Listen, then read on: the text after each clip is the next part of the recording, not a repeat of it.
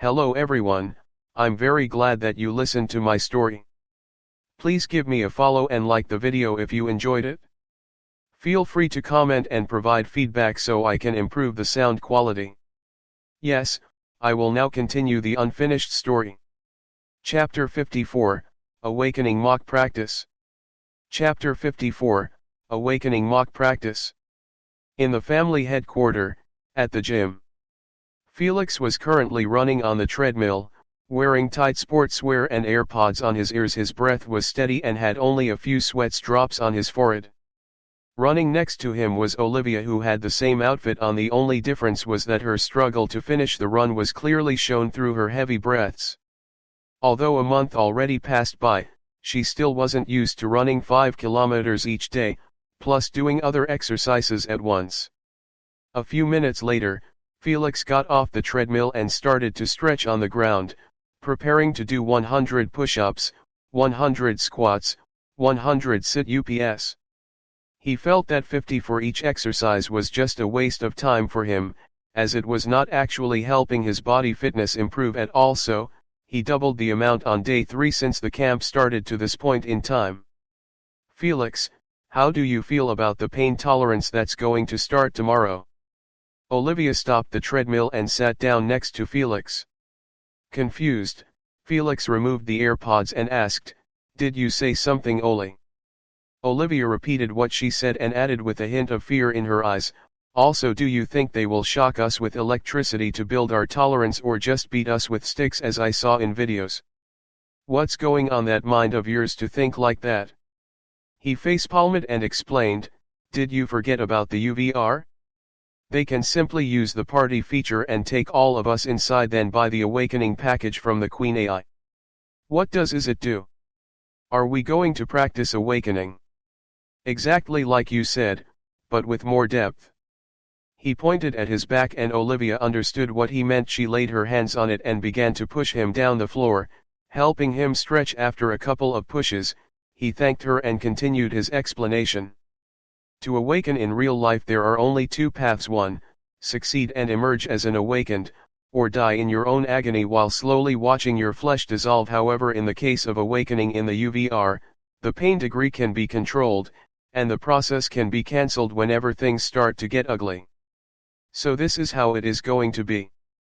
Just like a mock exam. She crinkled her eyes and nose and said, "Now my cousins who can't even handle the pain from the practice won't dare to awaken for real. Right, Felix?"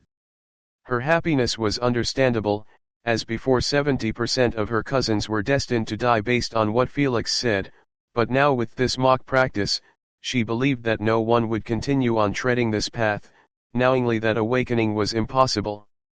After all, it was only common sense to not risk awakening for real, when the mock practice wasn't passed successfully. However, Felix sneered at her naive thoughts. "Stop fooling yourself, Oli. At this point, no one is going to back out. No matter what happened, they will always think that they are the chosen ones destined to awaken, so they will go for it either officially or hidden, even if they couldn't handle 1% pain from the practice. Can't I just inform them that to have better chances, they will need more pain relief bottles?" she murmured with her shoulders sloshed. Felix replied calmly while doing his push-ups, "Be my guest. Just don't get your hopes up, since whether you informed them or not, the maximum bottles they can have is still 2. That's only if they were lucky and bought them at the start. So nothing can be done then? I really don't want to see my sisters die." She chewed on her lips and stared at him with watery eyes. Annoyed by her whining, he stopped doing his push-ups and pointed a finger at her head. "Focus on yourself first. I doubt you will be able to awaken with even 20% duration," he scolded her. "So before putting death flags on others, remove the one on your head first." Olivia immediately held her tongue after realizing that Felix was right. Just because she only had a 20% duration, it didn't mean that the pain degree would be lowered. This meant that she was still standing on a thin line, as her pain tolerance was absolutely horrible. So, she stopped worrying about her sisters and focused on finishing the rest of the exercises. Tomorrow morning at 9 a.m. Juniors and the upper echelon of the family all gathered on the 35th floor. "Children, you did well the past month. Some excelled at the training, while some performed subpar, but what's important is that all of you took the training seriously and worked hard, so you deserve a round of applause from us elders and your parents. Clap clap. Applause rained down on the embarrassed juniors immediately after Robert finished saying his piece. The juniors could only scratch their cheeks or avoid looking at their parents' proud expression. They honestly felt like the applause was a tad over the top, as the majority of them actually straight up didn't finish 50% of the exercises each day. In their eyes, the applause was exactly like being cheered on for obtaining a participation reward. Regardless, most of them still had a hint of pleasure at this shower of approval, as the moment Felix went to that island and revived his project, they were getting nothing but punishments and disappointed looks, so, participation reward or not, they would gladly take it with open arms. They were that desperate for a win. Abraham, why don't you take it from here? After the applause died down, Robert passed the hot potato of informing them of the next hellish training to Abraham, while sneaking behind the elders with a tired expression. Abraham, who was minding his own business, peacefully turned speechless after seeing Robert's shameless action. Fucking hell, we should have realized that drawing straws to be the informer was a bad decision when this old fart was playing with us. Irked, Abraham stood up with black lines on his forehead and trod towards the podium to cover for Robert. Raining the drawing straw agreement is really a classic move from brother Robert. I expected nothing less from such a business genius. Albert mused at Robert, who was being served coffee, with a polite smile. You have successfully passed the first fitness training task, but this was just the easiest one of all the upcoming tasks, so don't get too full of yourself, and keep working diligently. He coughed and said at a faster pace, now that's out of the way, it's time to start the next task, which is the awakening mock practice, or in other words, the pain tolerance training. To not waste time, we will start right away. He nodded his head at the elders to make a move. First the elders tapped on their bracelet, showing that sentence Felix showed to his cousins before, and stood in front of the 4 lines that were made by the juniors. This task will be carried out inside the UVR, and before you get excited, you should know that you are merely entering the white personal room of the user, not the UVR world itself, so don't get your hopes up. The light that shone in the eyes of the juniors was extinguished as fast as it appeared. Uncaring about their disappointment, Abraham began explaining how the party feature of the AP bracelet worked. His explanation was almost exactly as Felix's, quick and straight to the point. The juniors began doing exactly as he said, by memorizing the sentence and lying on the ground after. Begin the process. As soon as they heard Abraham's thunderous declaration, the elders started touching the juniors' foreheads. A couple of minutes later, the last junior closed his eyes and stopped moving just like the rest. Inside the white room of Elder Charlotte, Felix leaned on the wall and yawned in utter boredom at Charlotte's detailed illustration of how the awakening mock practice was going to be. It turned out that Abraham didn't explain the process, as he planned for the elders to do so inside their rooms. All right, I think everyone has some idea of how the integration process is going to be now. She clapped her hands to wake up Felix, who was dozing off, and asked, who wants to go first for a quick demonstration? However, the juniors acted deaf at her question, as each of them avoided eye contact with her. Felix chuckled softly at this sight, as it reminded him of the time he was acting in the classroom after the teacher asked a question. Meanwhile, Charlotte didn't find the sight funny at all, since the last thing she wanted was cowards on the group she was responsible over for the next month. Kids, the pain is going to be set at 5% of the real thing, so if you don't have the guts to practice the awakening, do us all a favor and just back off from now to save us resources and time, okay?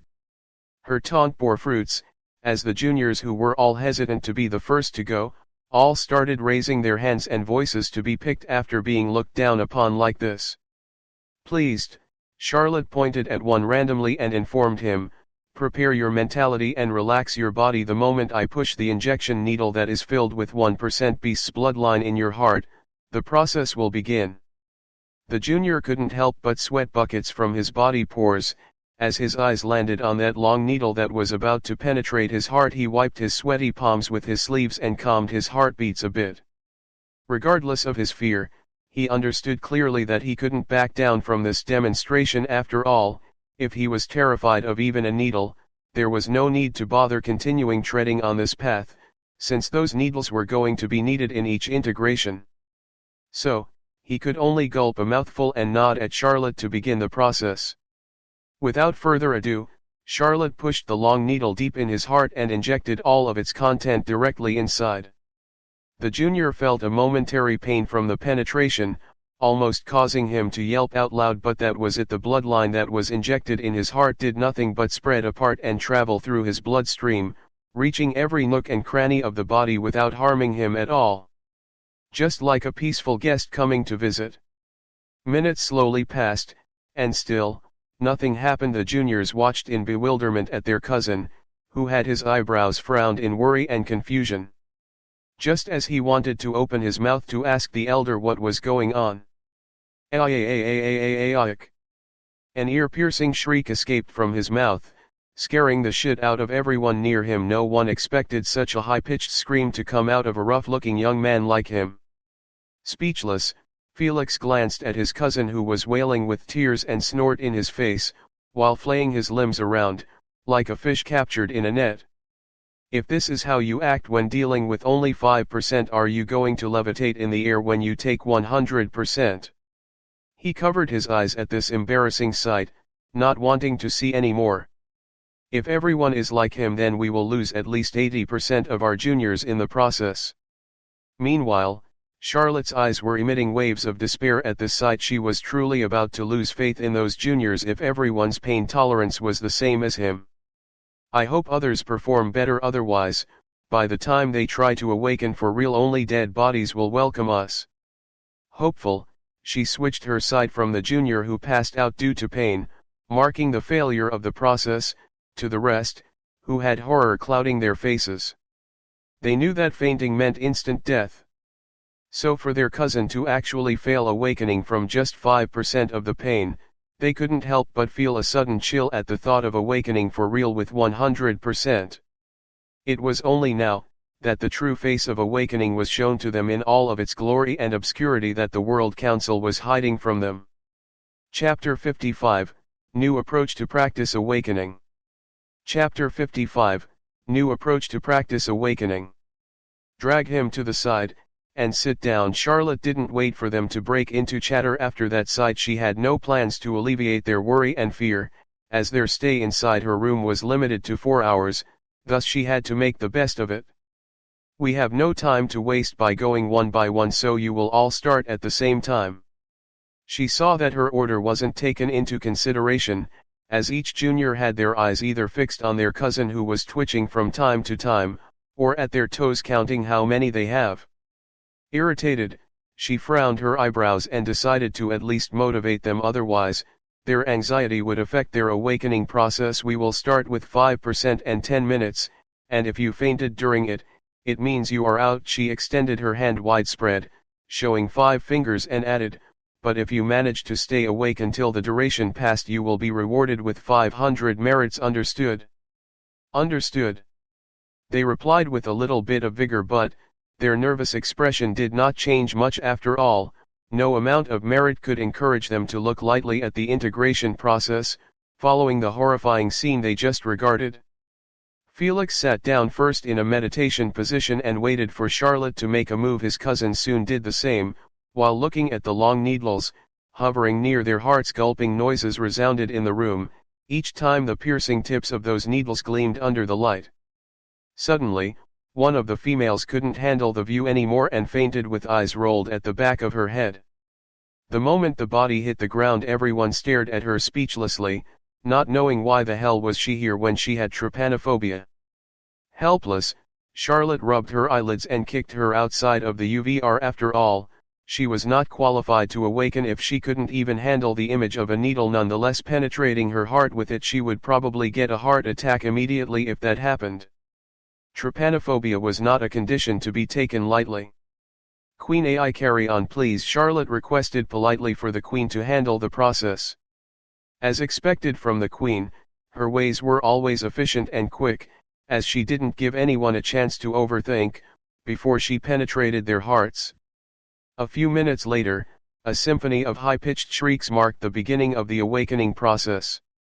Meanwhile, Felix sat composedly with his eyes closed, without moving an inch or letting a single fart in his eyes. This pain compared to the experiences and hardships he went through in his previous life was merely a joke.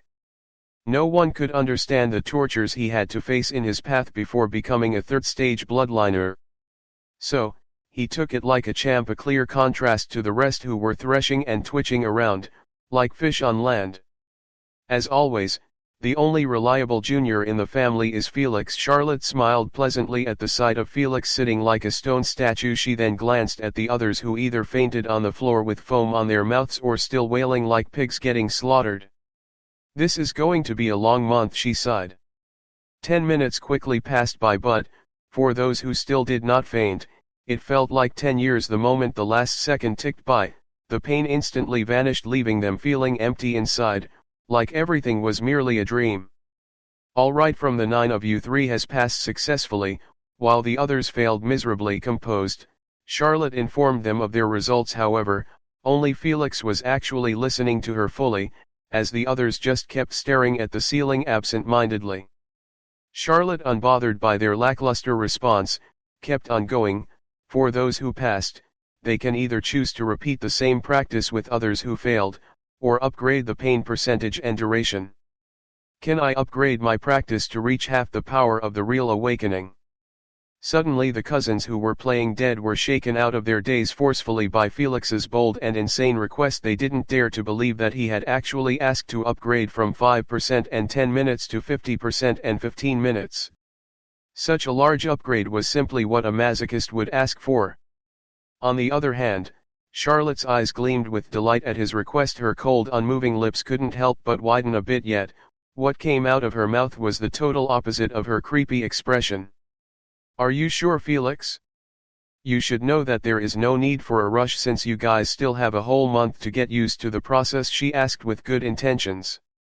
"Yes, Elder, I am positive." He suddenly paused and added with a long exhale, "I believe that even though the training plan you made for us is good, it will not be enough to handle the awakening 1 month later." He suggested with a polite smile, "In my humble opinion, it is much better if we used half the power to practice each day during those 25 days, and during the remaining 5 days, we try to awaken for real with 100%.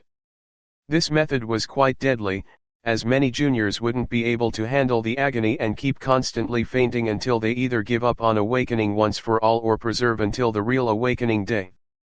At that point, those who stuck with the constant torture would have higher chances of succeeding for real, since the pain duration would actually get reduced by the potions. I hope you take my opinion into consideration, as this babysitting plan of yours is truly not going to achieve much, but provide us with fake hope that we can awaken." He gave a half shrug and added, "But in reality, we will just end up dying in our pool of blood." Felix knew that it was out of his character to go beyond his way and help others. However, Olivia's sorrowful expression on the treadmill popped out in his mind just before he wanted to stop speaking. In the end, he decided to give them that freebie due to her. If the elders considered his advice, they should have at least 40% of juniors succeed. Yet, the best part of his plan wasn't even that, but the fact that the rest who never had chances to awaken in the first place, was going to be slapped by the reality that fate had other plans for them than to be part of the awakened race. At that point, giving up was certain, and the moment they do so, the elders were going to retrieve their bloodlines bottles, since they couldn't waste resources on commoners. "Well, I have nothing much to lose if I saved the future lives of those morons. They might actually feel like they owe me a favor," Felix mused in his mind after saying his piece. Charlotte's eyes were on the verge of spewing beams of light, each time she heard his voice, like angels singing heavenly music in her ears. Felix recoiled a bit at the creepy way she kept looking at him, but soon his tense shoulders eased up as he heard her say, "What you said is exactly what I had on my mind, and I even shared this plan to the elders and parents." She scoffed, but the majority refused, as they believed that it was too much for them to handle at the very beginning. "So I could only follow their decision and use this childish plan of upgrading the pain slowly," she sighed in dejection. However, that expression didn't even stick for 1 second before it got replaced by a devilish glint that sent cold shivers on everyone's back. "But now that you suggested it, and with me supporting it, they will have no choice but to follow our plan. She chuckled and said, otherwise their face will be slapped after they see you practicing with 50% while their children with 5%. Elder Charlotte, we are only thinking about their safety, nothing more. If not, we would have never mentioned it. Felix rubbed his hands and grinned as well. Charlotte laughed sadistically for the first time while staring at the juniors who were shivering on the floor in fear from the voices of this evil do. Hee, dear Felix, I share the same view as you. This is all for them. Too bad no one appreciates our goodwill. Indeed. Both of them shared eye contact and licked their lips as they stared at those juniors, like sheep waiting for slaughter. Back in reality, every junior woke up with a pool of sweat underneath them. They rubbed their bloodshot eyes and sighed in relief after finishing today's practice. It was truly a hell on earth. Meanwhile, in front of Charlotte, 8 juniors opened their gray dead eyes with numb expressions, like they just got out of a 3 hours torture. Sadly, that was exactly what happened inside Charlotte's room after Felix gritted his teeth and took half the power of awakening without letting even a squeal. His cousins underestimated the pain greatly. After all, if Felix didn't even scream, the pain mustn't be that bad, right? Wrong. Their naive thoughts caused them to faint instantly the moment the process began. They didn't even last for 3 seconds before foam came out of their mouths like they were shocked by electricity. What's even worse, was the fact that they had to wake up and start all over again. This continued for 3 hours straight until they returned from the UVR with this shape. If it wasn't for few breaks here and there inside the room, their brains might have short circuits. The elders and seniors began to notice the weirdness of Charlotte's group, since the other groups were either sweating or in worse cases trembling. Meanwhile, Charlotte's group appeared like a pack of zombies, not responding to anything. Only Felix had a normal expression on his face as he conversed softly with Charlotte and laughing from time to time. What's happened inside? Is the batch you took that bad to not even handle 5% pain for 10 minutes or what? Abraham approached them with a confused expression. Oh, not that. Charlotte shook her head and answered casually, I just used the plan I proposed the last time, but got turned down by you softies, that's all. Abraham and the senior's expression instantly turned dark after hearing her reason. What the hell, Elder Charlotte? You have no right to do that to my child. Even if you are an elder, you should still follow the rules of the family and abide by them, otherwise, you will be removed from your position. A fuming mother pointed her shaky finger at her. Other parents all started shouting out loud in support of the mother's claim. Their fury was understandable, as every one of those 8 juniors kept looking at the ceiling or the ground absent-mindedly while chuckling like retards from time to time.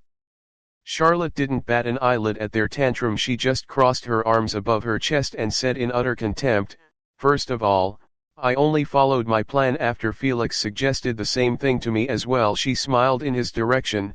He, like a true man, just gritted his teeth and didn't let a single yelp after taking 50% of awakening pain for over 15 minutes. She refocused on the parents and asked, so tell me, if he can do that, why can't your wastrels do the same?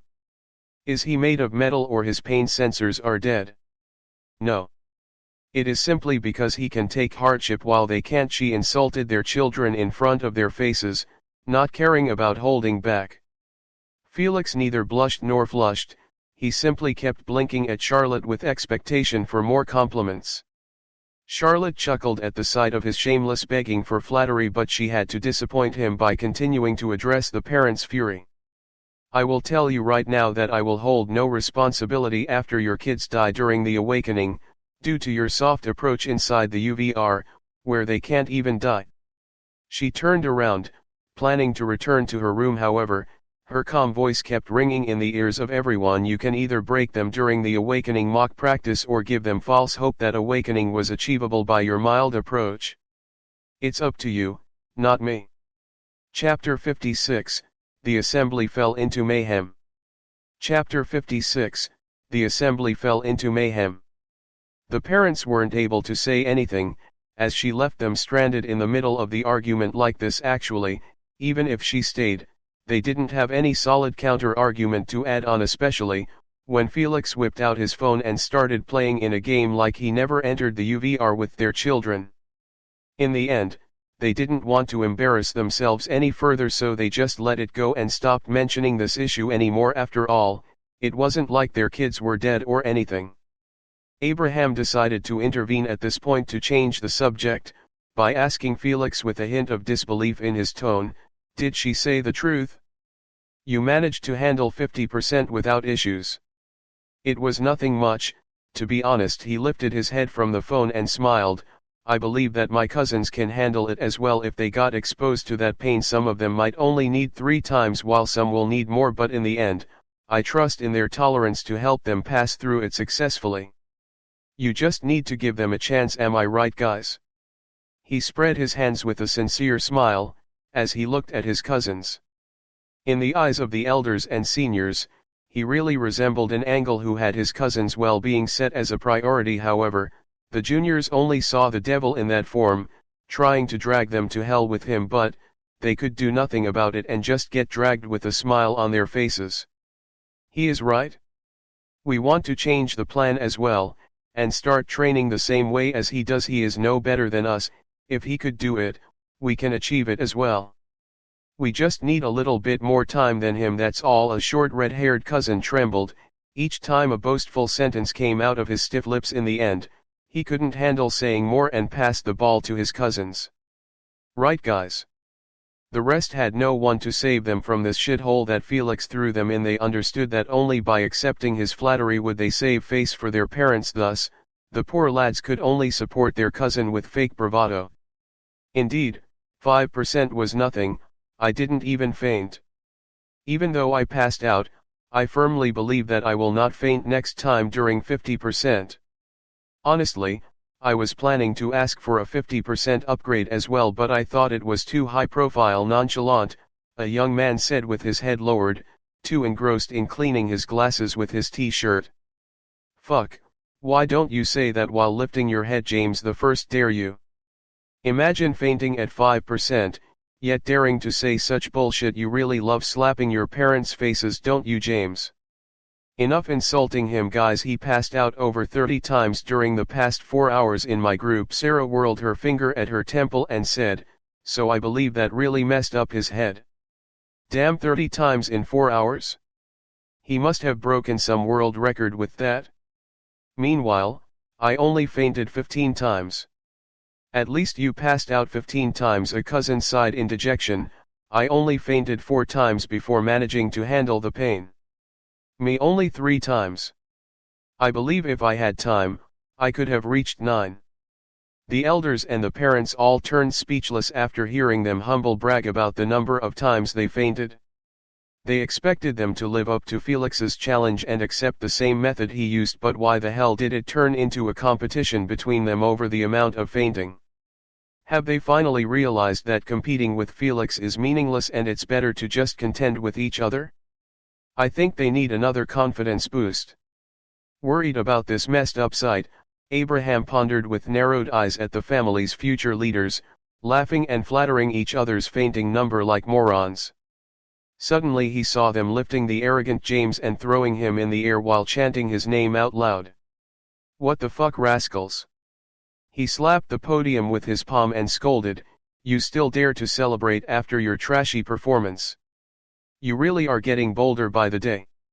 "Elder," someone made an online search and found out that James truly broke the world record of fainting in a short amount. Kenny, who stood silently throughout the entire farce, made his entrance with a polite smile, so they wanted to celebrate this achievement. Midair, James removed his glasses and lowered his head to clean them. "Elder, you told us that we need to find something unique that sets us apart from the rest." He smirked arrogantly. "Well, I found my talent in this life, and that is being the best at fainting worldwide. Heh, I can already see myself making tours around the world, showcasing everyone my gift. This is my path in my life, and I am glad I found it this early." The juniors couldn't help but put him on the floor and distance themselves from him. After hearing his retarded dream, they truly began to believe that he had a screw loose after fainting that many times continuously. Unbothered by the dumbstruck and worried gazes everyone was giving him, James wore his glasses back on and left the floor with that confident smirk still planted on his face. He was truly not bullshitting them. Meanwhile, Felix had absolutely no idea what was happening around him since the moment he answered Abraham. He wore his AirPods and focused on playing his league match under the curses of his teammates for going AFK.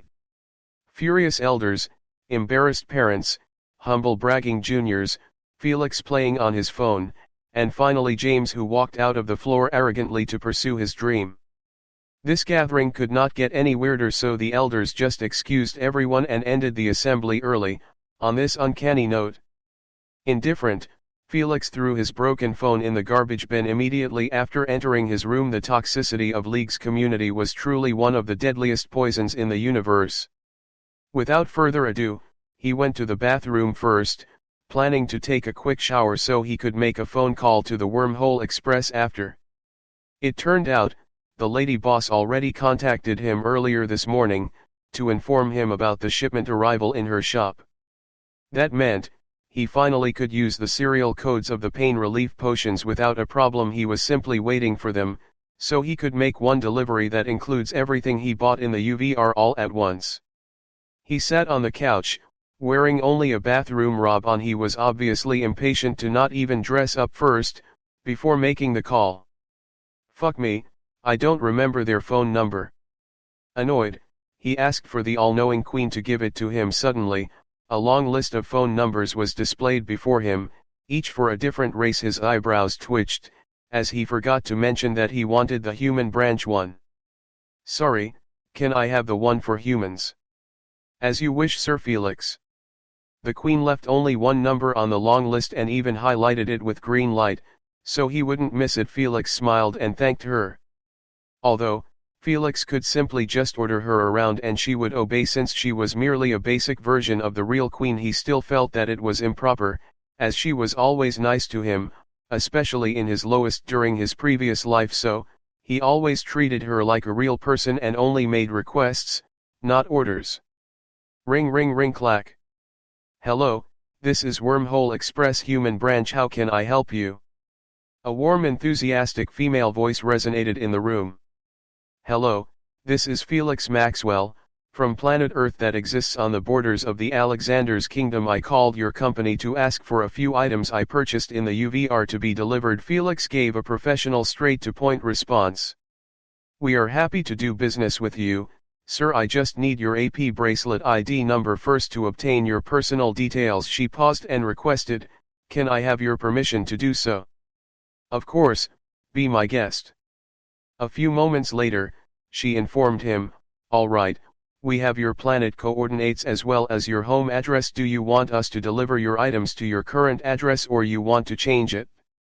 Leave it be, I want my stuff to arrive here, he replied. Good, now that we got that out of the way, I need to ask if you have the serial codes of the purchased products, or they are still in the seller's hands. Without answering, Felix swiped his finger left on the hologram and sent all of his items' serial codes, from potions to stones. Pleased by his cooperation, her voice got a bit warmer. Finally, we need to discuss the delivery method and their prices. If you are not familiar with them, I can explain in detail each one benefits and their required payment. No need, I want to choose the basic 7 days delivery plan. Felix didn't bother hearing her explanation of those VIP methods that he couldn't afford even with his current capital. As you wish, sir. Based on the current number of items you provided us, the delivery price shall be 550,500 SC. Do you give me permission to deduct it from your bank account? She requested with a tone lacking in the previous warmness. It seemed that she wasn't pleased by his commoner choice. Go ahead. Composed, he gave her his permission, yet, his hand that was clutching his chest in pain, said otherwise. Fucking blood-sucking worm Pires, asking for $500,000 to deliver 30 items or less. Peep.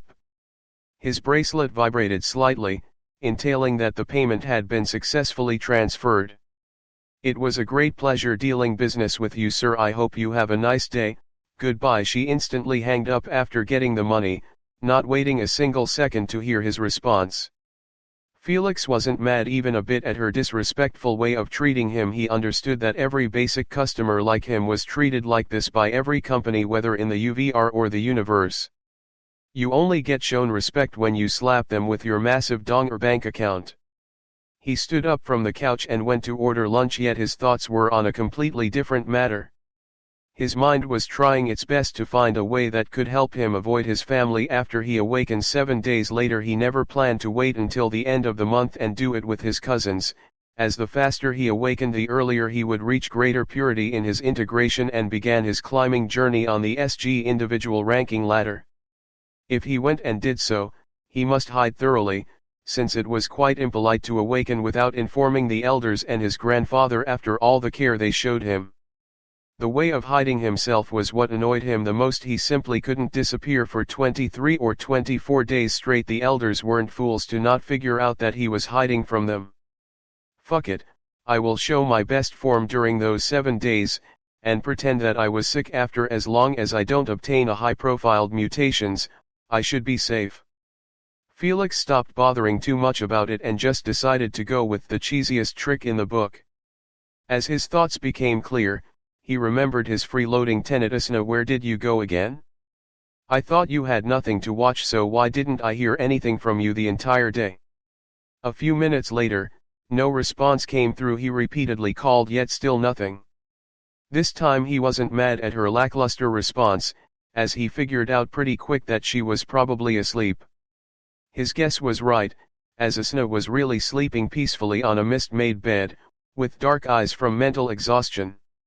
It was only a natural result after she spent 6 months binge-watching movies and series without a pause. No matter if her body needed sleep or not, the consciousness always needed a break from time to time, otherwise, she would turn insane. Sleep was truly a gift one should treasure dearly, as some people couldn't even enjoy such a basic human need. Chapter 57, The Delivery Has Arrived. Chapter 57, The Delivery Has Arrived. Eager and quite impatient, Felix roamed around the living room with his hands folded behind his back. He couldn't sit still for even a second, as his items were about to arrive in a couple of seconds. A week had already passed by in the blink of an eye. Felix already stopped going to the awakening mock practice after successfully enduring 100% for over 20 minutes continuously. His result showcased that he was absolutely ready to awaken for real, thus, there was no point in torturing himself with the rest. Meanwhile, the same couldn't be said about his cousins, as they weren't able to even endure the basic 50% for 5 minutes before passing out. This constant daily torture forced 10 juniors to quit the training camp, and return their bloodlines bottles to the family. The only one who performed only below Felix was Noah, as he managed to endure 50% for 20 minutes. However, the process wasn't smooth or pretty like Felix's. In fact, by the end of the duration, he flat out fainted for 12 hours straight. The sight scared the elders out of their wits, as they believed that his brain must have been damaged in some way or form. Thankfully, his cold personality was still the same after he woke up. However, the situation he caused managed to raise some warning flags on the elders' heads. They realized that it was a bit too much for the juniors to get tortured like that every single day without a break, so they changed the schedule from 7 days of practice to only 4 days. What's going on? Am I really unlucky to get an amateur vampire, or something happened during the delivery? Irritated and somewhat confused, Felix scratched his cheek and glanced again at his bracelet. It turned out, his delivery was delayed by a whopping 2 hours, which was honestly unacceptable behavior. Felix didn't pay $500,000 to be treated like this. It was one thing to get hanged up on his face by their customer service, but another, to have his delivery messed up like this. You asked for this. Finally, he wasn't able to handle it anymore and decided to rant on their customer service about this shitty way of treating their customers. However, just as he tried to dial their phone number, his finger froze in its place. Took you long enough. Felix's eyes brightened up at the sight of wind rushing from the windows furiously towards the center of his living room. Yet, the weird part was that not a single object or furniture got displaced. It was like the space in the room froze everything inside, even Felix's body. A few seconds later, a small crack emerged midair in the exact spot where the wind was rushing before. Bewildered and speechless, Felix sized up the small crack that was forcefully getting stretched by a fat blue-scaled worm that kept wriggling its body to enter the room, but to no avail. After a few more attempts, it gave up and just remained stuck in the spatial crack with half of its body dangled, almost touching the ground. "Hello, is anyone there?" The space receptors of the blue worm kept flickering around, trying to sense any life-form presence. Suddenly, it paused its actions after noticing Felix sitting on the couch. "Cough, I could use some help, sir." It lifted one receptor and pointed at Felix. "I doubt that you want to sleep while looking at a fat worm stuck in your room, don't you, kind sir?" Although its way of asking was polite, Felix was still as unresponsive as ever. He simply kept staring at this human-sized worm with a deadpan expression. "Should I take a video of this humiliating failed delivery, and blackmail the company?" Felix was beyond livid after seeing the unprofessional farce in front of him. He truly felt like he was cheated out of $500,000. However, his rationality retook control and shook his head to remove that stupid idea from his mind. "No thank you, I still want my life." It was never a good option to offend the delivery companies that had his own private information, as they could easily know his hidden persona in the UVR based on the items he bought. Even though they were heavily restricted by the SGA laws to not spread his information online, they could always find a way to mistakenly give it to others. Hell, even on Earth, massive companies were selling data of their users to each other on daily basis. Don't even mention those greedy delivery companies. This was the reason he chose the Wormhole Express company in the first place, as he knew that it was one of the best delivery companies in the universe that took pride in three things: fast delivery, secure information, and professional service. But if he blackmailed them, he would have left them with no choice but to drop all pretense and annihilate him. "Hello? I know you can hear me. I am talking straight in your mind," the fatty worm kept yapping constantly in his mind, not letting him a single moment to think. "Although I can't blackmail the company, this annoying fatty is another matter." Felix licked his lips and approached the spatial crack, unworried about being affected by it. After all, the space worm race had complete control over the element of space. Thus, as long as the fatty was near him, the crack couldn't devour him and his room. "Stop drooling on my carpet, fatty, lest I put a lamp close to your skin," he threatened the blue worm immediately after seeing his acidic drool ruining the carpet. Fatty, who was about to open his mouth to thank Felix, shivered at his threat and closed its tiny mouth shut. Satisfied by his submissiveness, he patted his head like a pet.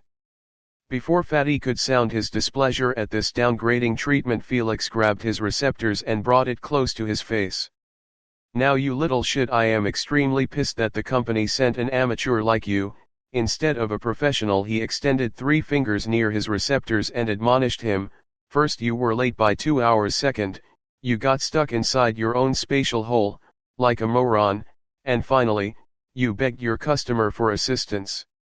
You literally broke 2 of your company's main pillars on one delivery." The fatty couldn't even argue back, as everything Felix said was correct. He knew that he messed up this delivery pretty badly, so he kept his silence obediently, not daring to anger him any further. In his mind, he just needed to listen to Felix's rant for a while and everything should be back on track.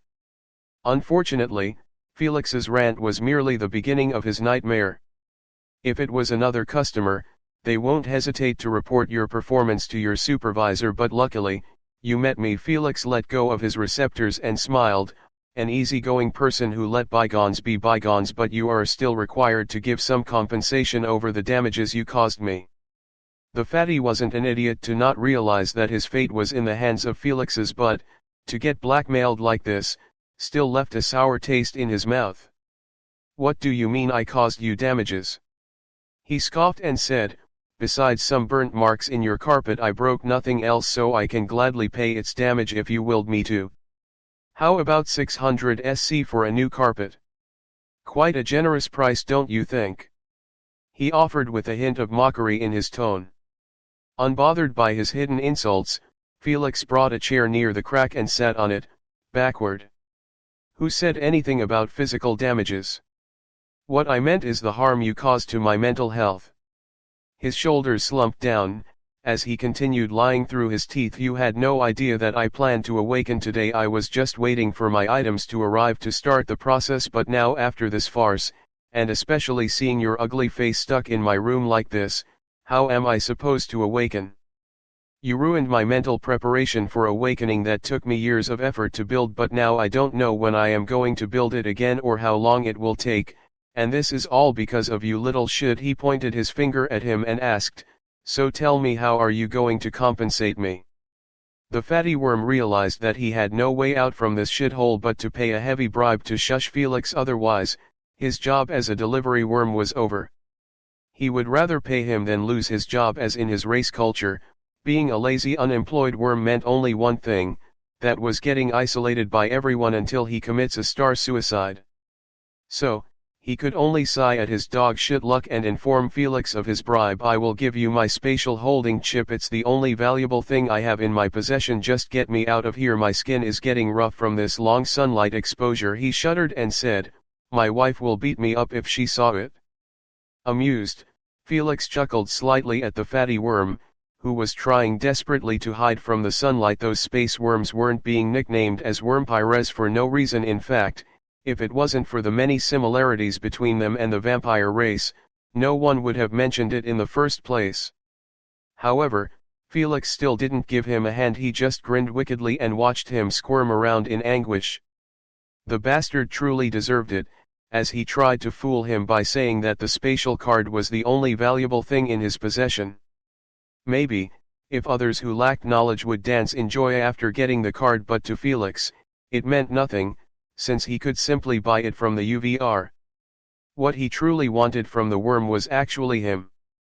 "I will take the card in compensation for the physical damages you caused to my carpet that was gifted by my late parents, the only gift they left me after passing away. God bless their souls."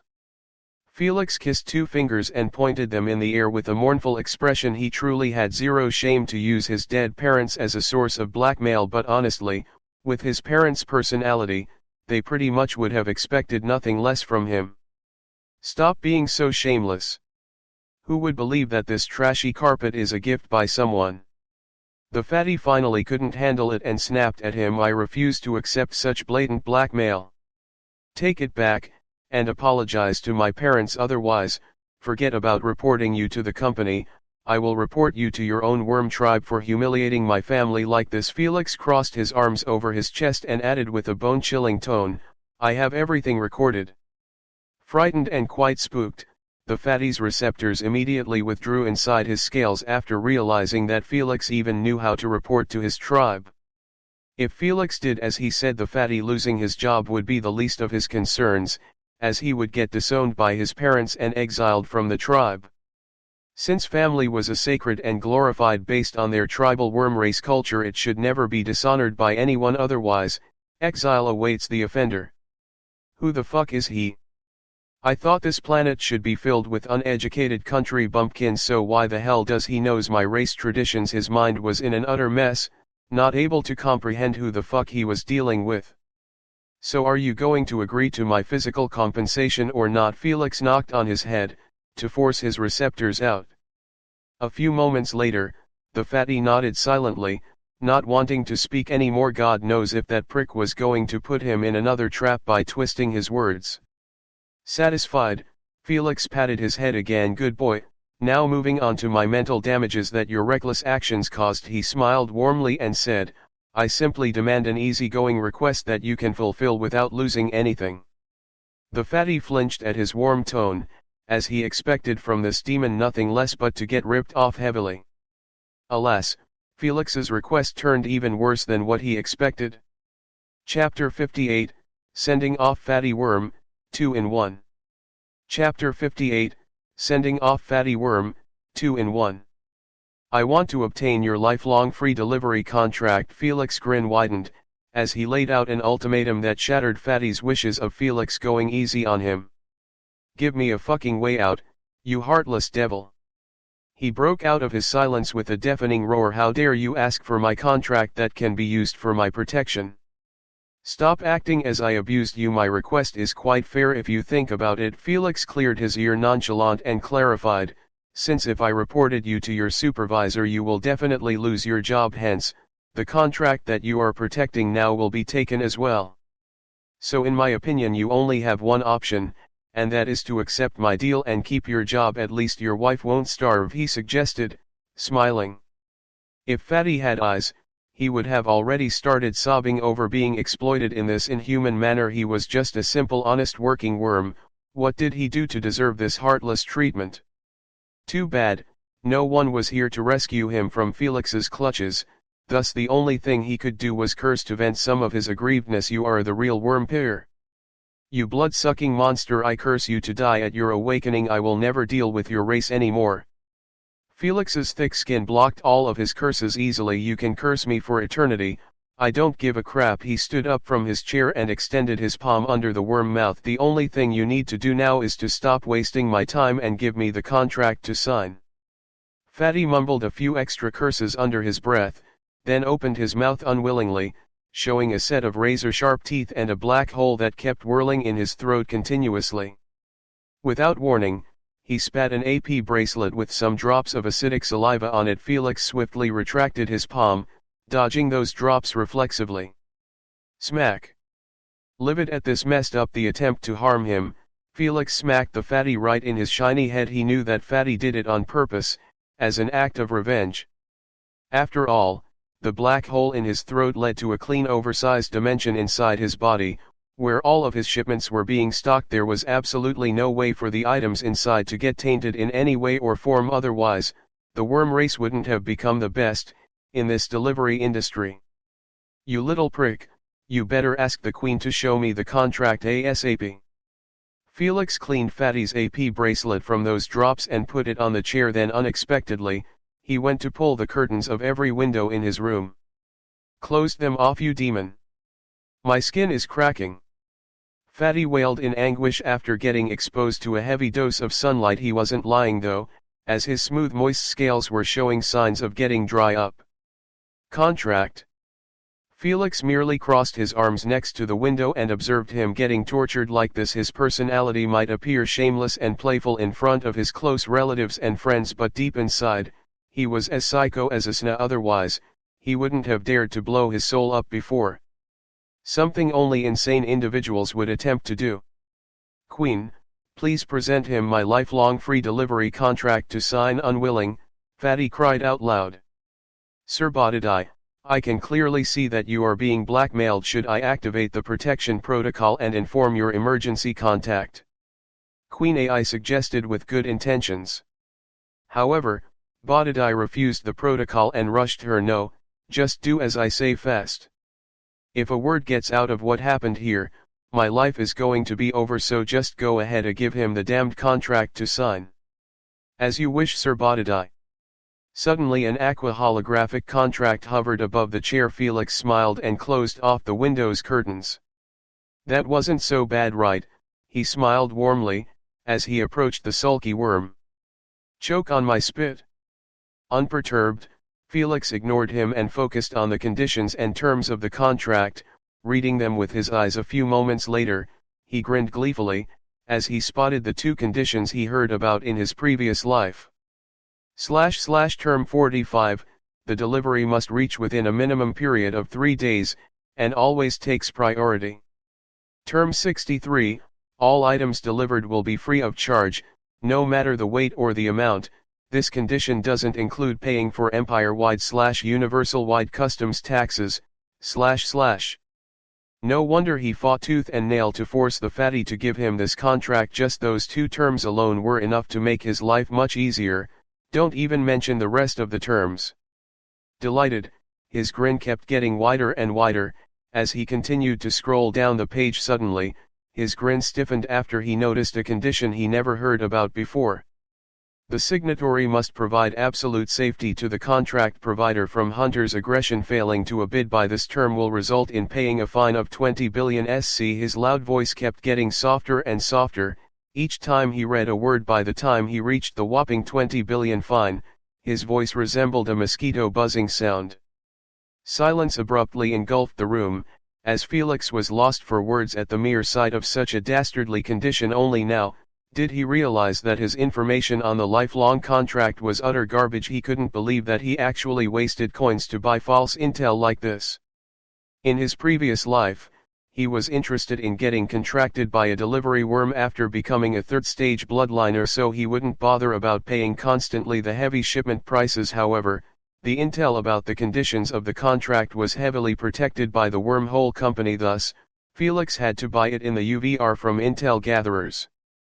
However, the F***er who sold it to him explicitly said that the only downside about the contract was the need for Party B to help Party A to get more clients for their delivery job.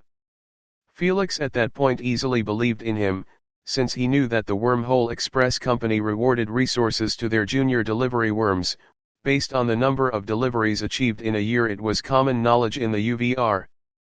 But in reality, he actually needed to provide 24/7 security for Bodidai, protecting him at all costs. That was clearly an impossible task for him. Hell, Felix wasn't confident that he could protect himself, don't even mention others. What's the meaning of this 20 billion SC? Felix frowned his eyebrows and said, I don't think your life is worth even a couple of millions. This is what you get from asking something you can't afford, you poor pepper. Bodidai didn't hold back in his belittling at all, as he added, I never seen before a thick-skinned commoner like you who lusts over free delivers from my race, something we only do to strong and rich individuals, who could afford to protect us from hunters. I see. Felix nodded his head a few times in understanding, totally ignoring Bodidai's belittling. He quickly figured out the real reason why those contracts even existed in the first place, based on Bodidai's words and the public knowledge he had. The worm race was one of the best, if not the best, space elemental controllers in the universe. They could create wormholes, freeze space, create dimensions, and even had a hand on creating the spatial card. However, their strength was abysmal compared to other races. Heck, even humans' bloodliners could flatten them easily if they managed to capture them. That created a race that had amazing utility abilities but trashy combat prowess. This meant, they were juicy targets to hunters from all different races. Whether to be enslaved in secret and be used to privately open up wormholes or just harvest their body parts for potions and substance creations.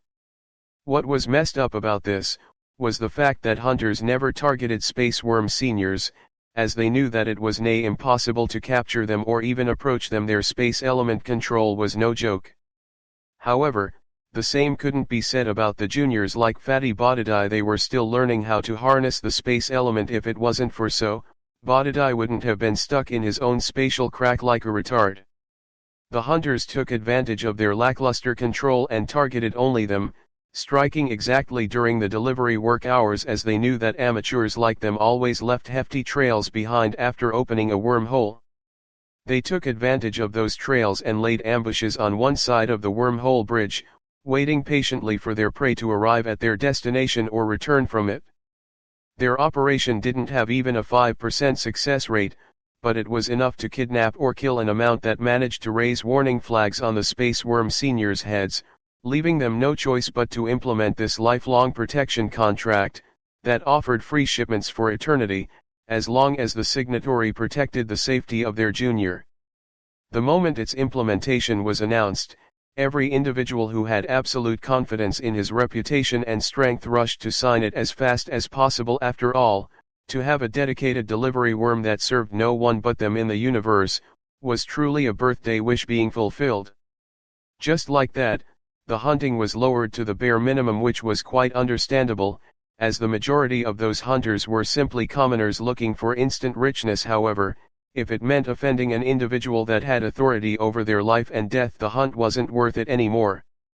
On the other hand, there was Felix, a weakling who had neither strength nor reputation to scare off the hunters. Thus, he knew that unless he found a way to salvage the situation, he could forget about obtaining the benefits of the contract. Can we modify the contract as we please? He lifted Bodidai's bracelet in his hand and brought the hologram close to his face, trying to find any loopholes to take advantage of.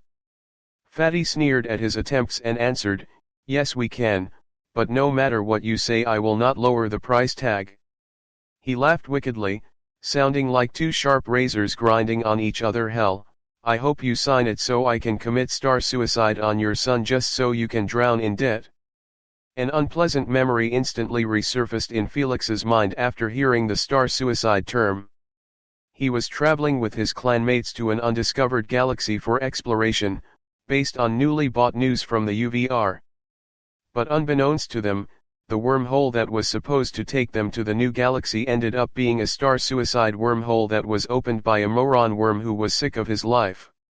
While humans kicked the buckets by themselves, the space worm race opened up a path directly to a star, to burn themselves into crisp. A truly glorifying and dramatic way to die. In a normal situation, there should be no problem with this, but sadly, the wormhole they opened would stay active until it either gets turned off by the owner, or the energy that sustains it run off. This reckless selfish behavior by them caused multiple tragedies of galaxy explorers getting turned into ash after entering one of those wormholes, thinking that it was their path to treasures and new resources. Unfortunately, Felix's crew fell into the same trap. He could never forget the brightness and the hellish heat of the star that welcomed them with open arms at the other side of the wormhole. A surprise that could make the toughest man on the universe piss his pants in fright. If it wasn't for their spaceship's high-grade alloy, and Captain Inhuman reflexes by activating all of the ship's thrusters to travel away at the speed of light, they would have been roasted alive. Furious at this bastard who reminded him of that traumatic experience, Felix started beating him ruthlessly. "Who are you trying to threaten, you retard? You couldn't even open a hole that fits you to do your job properly, don't even mention opening one that can harm others." Unexpectedly, Bodidai took Felix's punches with his hard scales like a champ, not even feeling a slight itch. "Yes, that's it, to the side, please, that's the spot, keep adding more pressure please, and use your legs if you need to." Felix never once felt more urge to rush awakening and gain some strength, just to beat this fatty to plump. "Listen up, you little shit, my patient has run out." Felix tapped on his bracelet and showed Bodidai his company's customer service number. "I will modify the contract from lifelong free deliverers to only 20, but in turn, the protection bullshit must be removed. If you don't agree, I will straightway complain to your company. At least they will refund me my coins over your shitty delivery." Bodidai knew that Felix was not messing around anymore, so he tried his best to negotiate for a bit of leeway. 20 times is too much. He shook his head and offered, "Make it 10 and you have a deal." Aggressive, Felix pressed dial on the number and said, "I hate wasting time on negotiations, so make it 17 times and that's it. Don't even think of lowering it again." F***ck. "Fine, hang up already." Felix truly gave him no option to further his negotiation after seeing that bracelet ringing. "Queen, modify the contract please to those terms," he sighed reluctantly. Queen did as requested efficiently. A few seconds later the contract terms changed and Felix immediately used his UVRID number to sign after checking that everything was loophole-free. After doing so, his aggressiveness and bully personality withdrew back, allowing his playful personality to grace the stage. "Ayo, brother fatty, you look uncomfortable in this position, let me help you out." He smiled warmly and grabbed Bodidai from his space receptors, trying to drag him inside. However, just as he pulled, Fatty wailed out loud in pain, "Fuck, stop it. I don't want to enter your demon lair anymore, just take your items and push me outside the crack." He swiftly opened his mouth and spew out a small chip that resembled an Earthling's phone memory card. Felix let go of his receptors and picked it up without delay. He installed it on a small entrance in his AP bracelet, then he displayed a hologram before him that showcased the icons of all of his purchased items. Relieved that not a single item was missing, he closed off the hologram and grinned cheerfully. "Glad to do business with you, brother fatty. I will call you the next time I need your talents." He patted Bodidai's oversized belly and suggested sincerely, "I advise you to cut some weight, or else you won't remain long in the company." "Fuck you.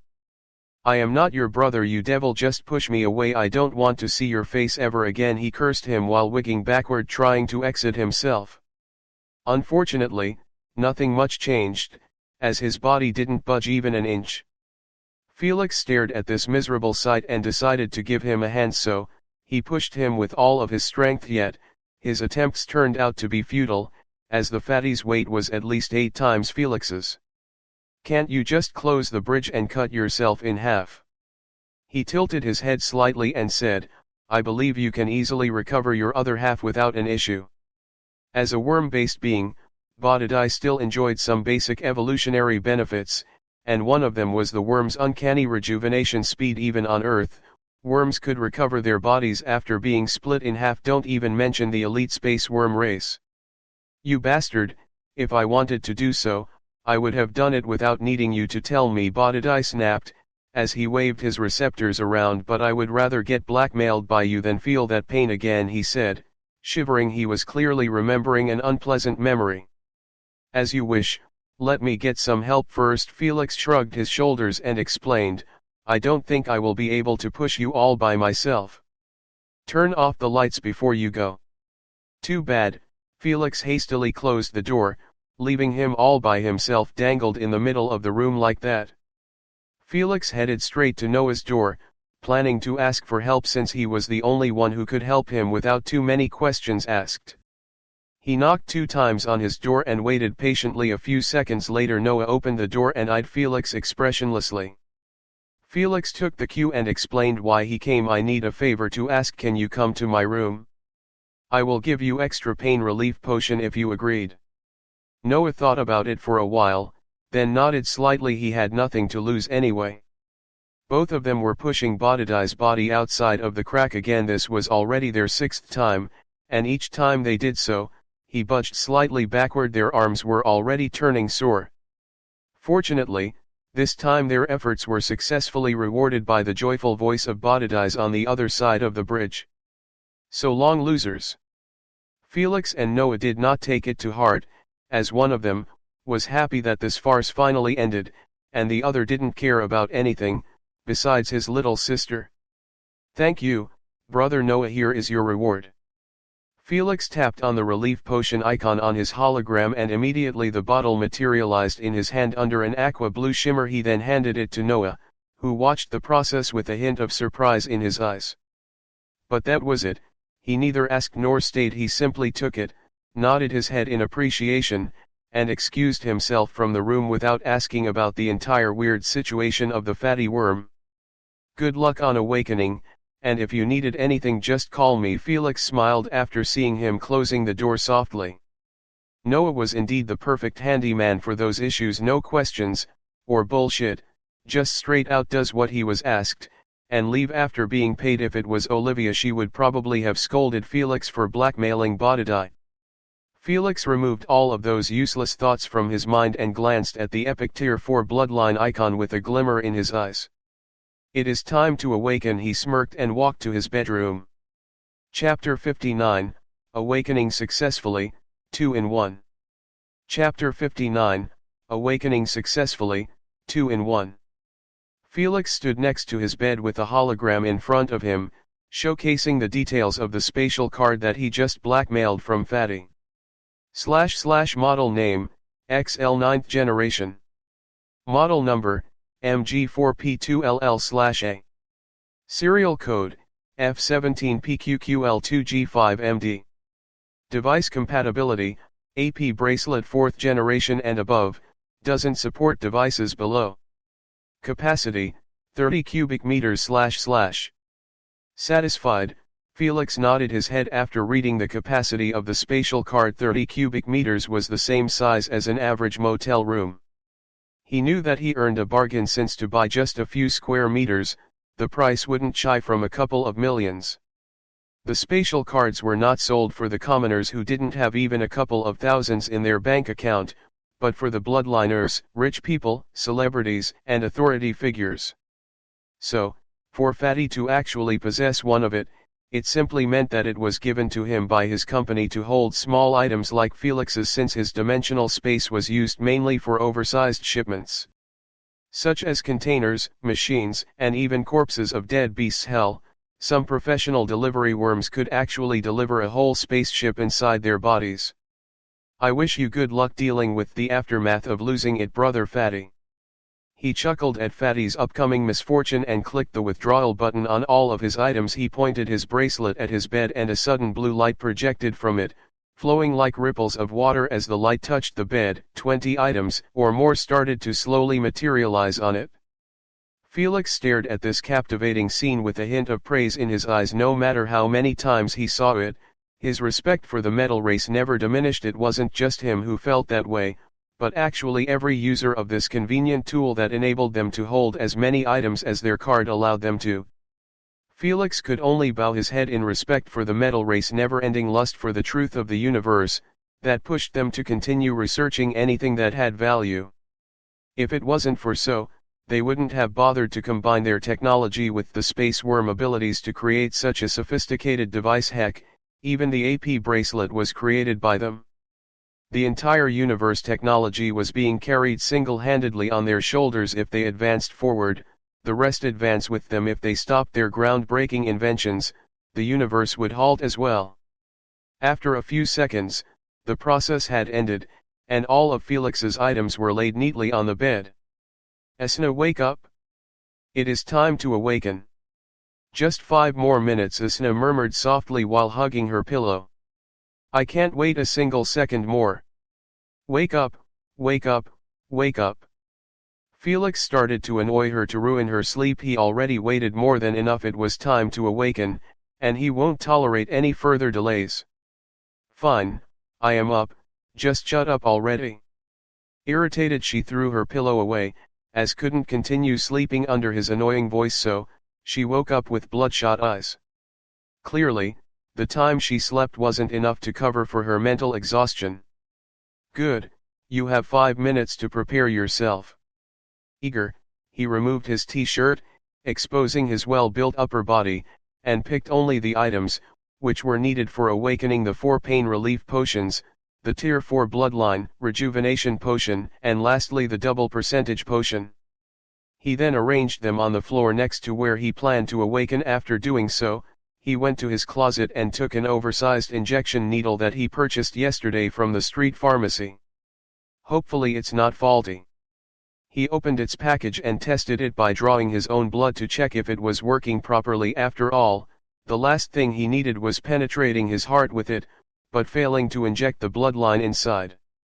Following the successful test, Felix placed the injection needle inside the bloodline bottle and extracted a whopping 20% of its content all at once. The bottle was marked with accurate measurements.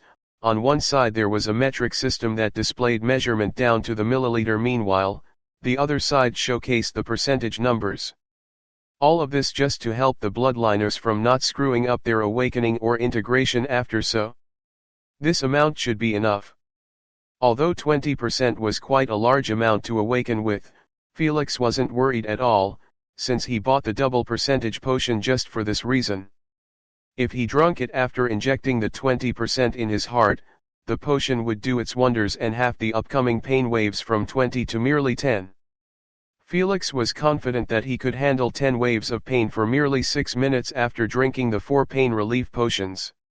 This strategy of his was used by the majority of bloodliners to secure for themselves the first passive ability, and also bring them closer to the lesser purity stage. After all, the moment they reached 15%, the first passive ability should be unlocked automatically. Calm and peaceful, he sat in a meditation position with the injection needle close to his heart. He took a long inhale and called for Asna. Are you ready? Go ahead, I will keep a lookout, Asna replied in utter boredom. Here we go. He smiled and stabbed his heart with the injection needle, forcing all of its content inside his heart. Without delay, he took advantage of those precious few minutes of calmness and drank all the potions needed to facilitate the awakening process. After drinking them, he relaxed his muscles and closed his eyes. Only a minute left before the first wave strikes. I am thankful to Mom and Dad for having me, and thank. Before he finished his awakening ritual or whatever that was, he got interrupted by a noisy exclamation from Asna. What the hell am I seeing? Just as Felix wanted to scold her for ruining his focus, he closed his mouth shut as he listened in disbelief to her random bullshit. Felix, you need to hear this. Her bloodshot eyes had a hint of images that were being displayed at the speed of light. I'm forcefully reading the memories of this bloodline as we speak, and I just found out that there are actually 3 bloodlines mixed in it. She closed her eyes and reopened them again, but this time, those images were gone. She massaged her eyelids and clarified what she meant in a faster pace. The first one is from the heavy anaconda and the second one is from the green mamba, yet the most terrifying one is the bloodline of an ancestral beast called the Midgard serpent, or in the language of his worshippers Jormungandr. Felix immediately lost it and scolded her. What the fuck are you talking about? This is not the time to joke around, Asna. I will bombard by waves of pain soon, so leave me alone. Asna didn't have the time to explain everything to him since the process of awakening would begin soon, so she just said one thing that tempted Felix to take her words seriously. The Jormungandr is the poison element primogenitor. It was born at the beginning of the universe with full control on the element of poison. Astonished and honestly quite disbelieving in the nonsense he just heard, Felix's calm focused eyes couldn't help but bulge out. However, Asna quickly changed the subject and asked him urgently. Tell me quick. Do you want me to filter the other two bloodlines, leaving only 1% of the ancestral being that I found, or you want to continue with normal awakening? She rushed him again. Decide fast, as the moment integration start I can't do much. Do it, I trust in your judgment. Felix agreed without hesitation, or even pausing for a second to check if Asna was just pulling a prank on him. Good, you won't regret it. Asna smiled happily after not hearing those words for eons. Without wasting any more time, she filtered 19% of the Anomamba bloodline from the pure 1% Jormungandr bloodline and then unexpectedly stored it inside his body. It seemed like it still could be removed from the body without issues, which was honestly quite understandable, as Asna's cosmic social status was so high within the universe. Even the Jormungandr bloodline could only obediently be manipulated by her. Don't even mention those low-tiered bloodlines. But this control and oppression were valid only because this was just a bloodline. Otherwise, if the ancestral beast was here in his flesh, Asna's social status wouldn't mean shit to him. He might show respect but not total obedience. Shortly after, she finished manipulating the bloodlines and informed Felix, I am done. Now you won't deal with 10 waves of pain but just one, since you will awaken with only 1%. Felix sighed in relief after hearing that at least there was some good news after his whopping 20% got butchered to merely 1%. However, before his relief took root, a sentence from Asna sent him to the depth of the despair. Even though it's just 1%, you should expect the pain to at least triple, as well as the duration. Good luck, I'm cheering for you. Asna clapped her hands cutely after delivering such heart-wrenching news. You buyer up. His curse was cut in half by a high-pitched shriek that escaped from his mouth, marking the beginning of his awakening. All of Felix's bravado and toughness he showed before in the awakening mock practice was no more, as he kept thrashing on the ground with his hands, smashing everything that near him. If the bottles weren't made of tough glass material, they would have been shattered by him already. Fortunately for Felix, his pitiful wails and cries were being confined inside his room, as it was soundproof. The only spectator to this pathetic charade was Asna, who already found a comfortable lying position on the misty couch with her arm hugging a bucket of popcorn. Her wide smile and delightful eyes were clear proof that she was enjoying watching Felix getting tortured like this. Inside Felix's body, immense changes were occurring on his nucleus cell that hosted the human DNA code, yet, currently, this sacred code was being tempered by foreign genes that invaded the majority of Felix's cells and started to fit themselves somehow, without killing their host. This was the main reason why the integration process was always painful without any way to stop it. The only thing that was possible was reducing its duration, or in other words, hasten the process to end faster. A simple analogy of what was truly happening to Felix's body now was to simply consider the human body as a vase made of clay. The awakening process tries to reshape the already made vase without breaking it into pieces, either by adding an extra handle or making the base wider or thinner. It all depended on the bloodline unique characteristics, thus resulting in mutations that could range from either having a different hair color or growing an extra limb or a tail. Those mutations could get removed only by replacing the bloodline with another, but even this method wasn't successful all the time, as in some cases, the mutation might stay permanently after the bloodliner etched an ability in his human 1% bloodline. A plausible reason for why so, was that the ability held the same genes of the mutation itself. For example, if a bloodliner had a third eye in the middle of his forehead, and he decided to keep an ability that could be activated only by that third eye, the mutation was going to remain permanently following its ability. It was just common sense. Now Felix's body had already started to display some mutations after a couple of minutes in this process. Firstly, his height increased by 3 centimeters all at once, pushing him to reach 180 centimeters. He could finally call himself tall proudly. Secondly, his hair got longer and glossier, then its color began to transform from blonde to a spring light green with a hint of dark purple shade at its tips. A breathtaking combination that could make girls trade everything in their possession to have a single strand. Yet, the biggest mutation only took place after nearing the end of the awakening, and it happened to his eyes. As his pupil turned into dreadful slits with dark violet irises surrounding them, resembling a field of midnight rose, circling around an eerie smooth crack on the ground. Those mutations could be said to be a quite low-key when compared to having bone claws or a bushy long monkey tail. After his eyes transformation, nothing else changed from his body, since 1% bloodline wasn't able to change much. To do so, one must use a higher percentage of a bloodline during the awakening or in replacement. In fact, if Felix continued with the original plan and used a 20% bloodline, serpent scales were definitely going to cover his body. That was one of the main reasons he wanted to awaken by that large amount, since he knew that those scales were going to add an extra layer of defense naturally. But now, he could only obtain other mutations in his first replacement. A few minutes later, Felix's body, that was twitching like he was having a seizure, stopped moving at once. If it wasn't for his chest that was rising and falling slightly, anyone would have assumed that he failed to awaken. After a while, Felix slowly opened his muddled eyes, while lying naked on a pool of sweat mixed with some blood that originated from his eye's mutation. Finally, it ended. I can't believe I almost fainted during the process. Thank God Isna intervened and called for me, he thought with agitation at such a close shave. He truly was blindsided by the pain getting tripled from what he was used to, yet that wasn't even the real reason he struggled to survive the awakening, but actually it was the long duration that increased from 6 minutes to a whopping 16 minutes. Felix's best record in the mock practice was pulling through one wave of pain for 20 minutes. However, the awakening that he just went through was the same as dealing with 3 waves in that duration. Something he clearly wasn't ready for. You almost got me killed, Isna. He scolded her while staring at the ceiling with bloodied eyes that allowed him to see everything in red.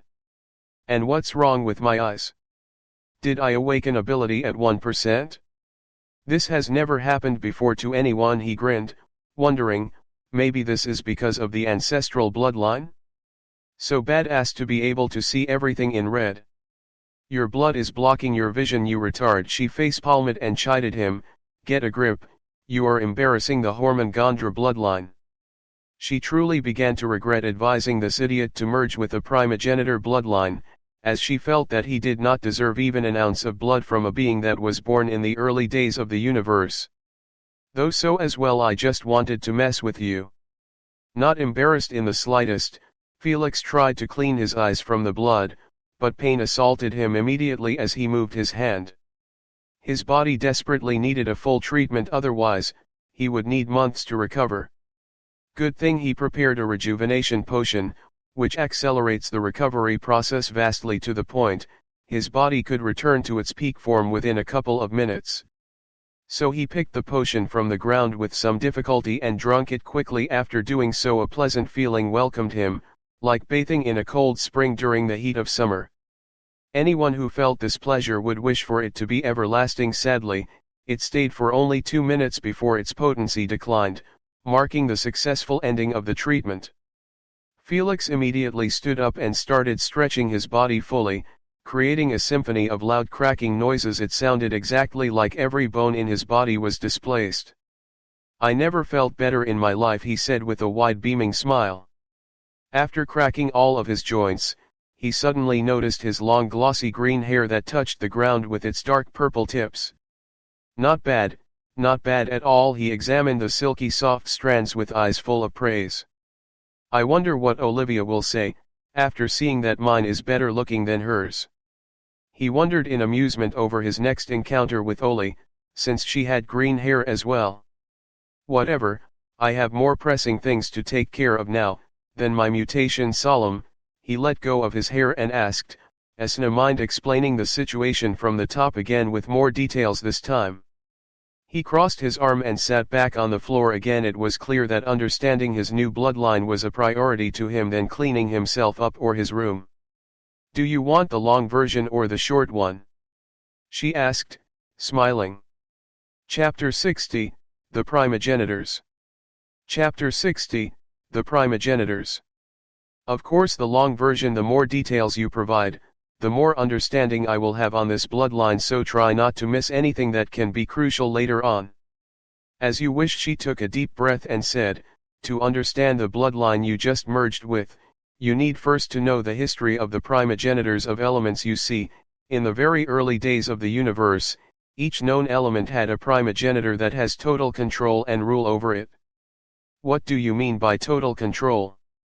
His confusion was quite comprehensible, as he never heard of such a concept before. Even the public data in the UVR never mentioned a word about the existence of the primogenitors and their ways of using the elements. The only thing he was positive about was that the beasts in the universe were able to only use the same 6 abilities they awakened during their growing phase. That was it. They could never suppress the number, nor change the abilities. They were stuck from birth to death with one set of abilities they inherited from their parents. The only known way to break those shackles was for them to evolve. But that was a whole other story. I meant exactly what you heard: total control and manipulation. She changed her tone to contempt, but before she continued on, she remembered the last lesson of looking down on the human bloodline system, so she coughed and returned to her normal tone. You see, both humans and beasts don't really control the elements, no matter how high their element affinity is. She fought the urge to sneer and clarified, you were simply using already created abilities without even knowing how they were created, and who created them. In other words, the abilities that you use are registered in your bloodline, and all you have to do is think of them and they will automatically be activated. She paused for a second, then said the crucial information she was building for, but in reality, all of them were but simply creations of the primogenitors, who could manipulate the elements to create what they desire without any limitations on numbers or such. Agitated, Felix's heart began to beat faster and faster, as he listened to the astonishing power of those beings, yet, he did not interrupt her.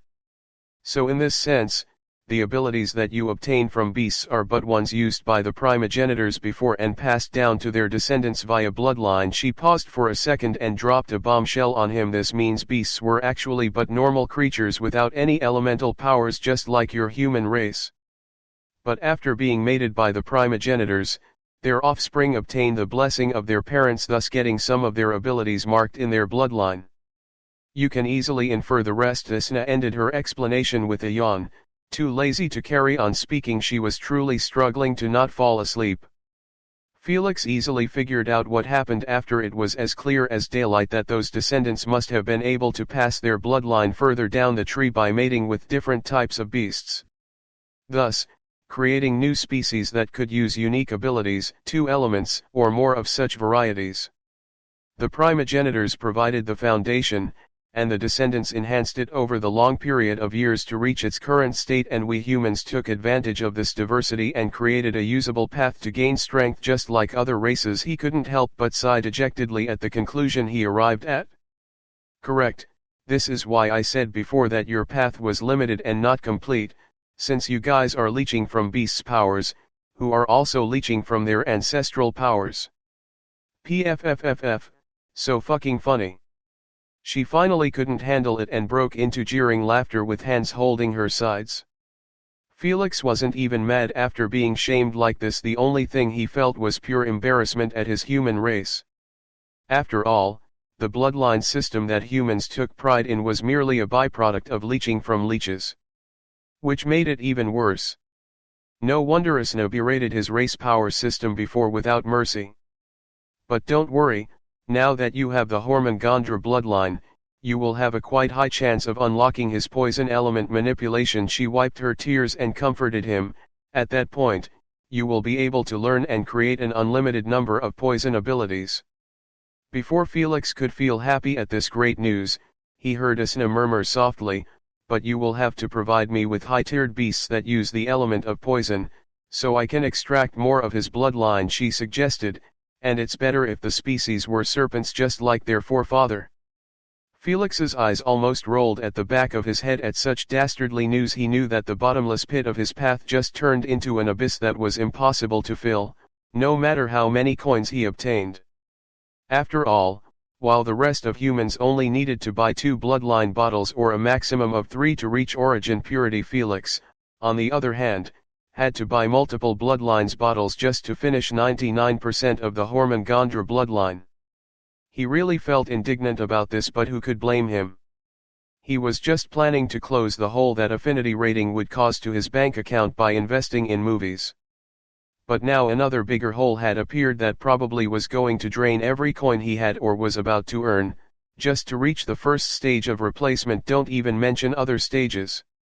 Forget it, I just need to double down on my investment plan. Things might turn better by then, hopefully. Downcast, he massaged his eyelids with heavy shoulders. He could already envision his future of running everywhere to earn coins just to support his bloodline path. "You don't have to worry about coins since I can store the other filtered bloodline to sell later." Asna tried to uplift his spirit a bit, by mentioning what she did during the bloodline manipulation. Felix's saddened expression immediately brightened up at her words, although he knew that the price wouldn't be the same when he tries to sell it, due to his unknown reputation. But still, it was better than buying tier 5, 6, or even 7 bloodlines just to extract a little percentage of the Hormone-Gondra bloodline then throw them in the garbage. "My heart can't handle such a way of wasting resources," he sighed in relief and suddenly asked, "But how are you able to do this? I thought you had no control over my body." "Indeed, I can't do that yet, but the bloodline you forcefully tried to merge with is a foreign object, and by using my social status to oppress it, I can manipulate it however I wish in your body," she answered him while stretching her arms lazily, like a cat. "I see, so where is it currently? And why can't I feel it?" He wondered about the way she managed to store it in his body. "Are you stupid?" She rolled her eyes at his retarded question and explained, "Of course, the bloodline is swimming peacefully in your bloodstream, and with my orders, it can only obediently swim without having thoughts of merging with you." She chuckled and added, "There is no need for me to collect it and store it as a ball or something, you idiot." "Fuck. You don't have to insult me. How would I know about your perverse ways? You share absolutely nothing with me about yourself," he retorted in irritation.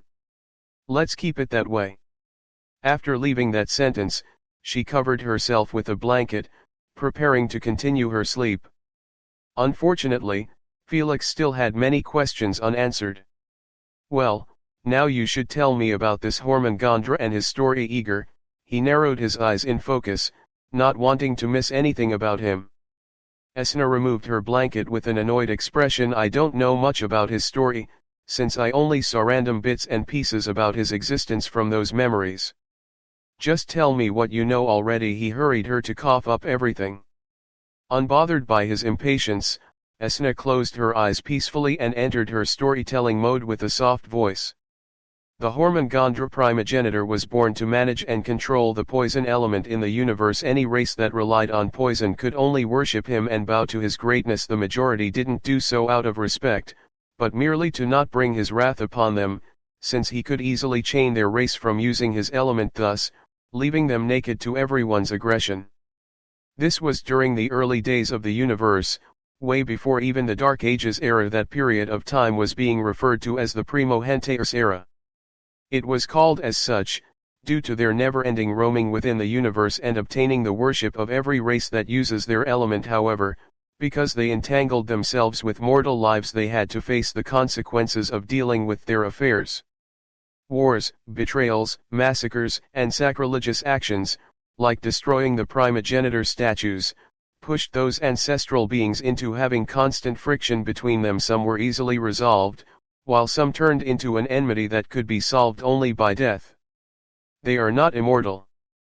Felix didn't want to interrupt her, but he couldn't help it after hearing such boggling news. He believed that since they had such a high status in the universe, they should possess immortality like Asna. Well, they could live for eternity without problems. She gave a half shrug while sleeping, but they were not unkillable like my race. I see, no wonder information about them was non-existent in the UVR. They must have died at some point in time. Felix nodded his head in understanding. His conclusion was based only on what she said. After all, she mentioned indirectly that primogenitors were socially active in the universe, so for them to have no presence at all in this era, it meant only that either they died or were asleep somewhere. Heck, they might even be sealed by someone like it happened to Asna.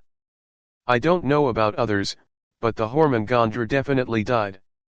Before letting Felix interrupt her again and delay her time of returning to sleep, she explained, I saw his death in those memories. It was during a battle against the Thunder Primogenitor. I didn't see the full battle, but only the last few seconds of it. She yawned and continued softly, forcing Felix to focus on her mosquito buzzing tone. I saw that the Thunder Primogenitor smashed a colossal hammer on the head of the Midgard serpent. The blow was so powerful, 3 planets nearby were turned to dust by its aftershock. Goosebumps coursed through Felix's naked upper body, making him shiver in coldness and excitement. His heartbeats quicked after imagining such a godly battle. He really wished he was there to spectate it. Just as he opened his mouth, Asna interrupted him. The Thunder Primogenitor died soon after landing his blow. To be exact, he stopped breathing immediately after moving 9 meters forward, probably due to a poison inflicted by Hormongandr. This is all I managed to see. If you want more information, get me as much as possible of his bloodline. Now let me sleep in peace. She shooed him away and cut off the connection, not wanting to hear a single word from him anymore. This time, Felix left her be, as she already shared everything that she knew. Thank you, Asna. He didn't know if she heard him or not, but Felix wasn't an ungrateful prick to not show gratitude when it's due. Asna truly deserved to be thanked. After today's effort, she might have been lazy for the past months, but immediately after making her move, she proved that her assistance was by far the greatest cheat he could have ever asked for.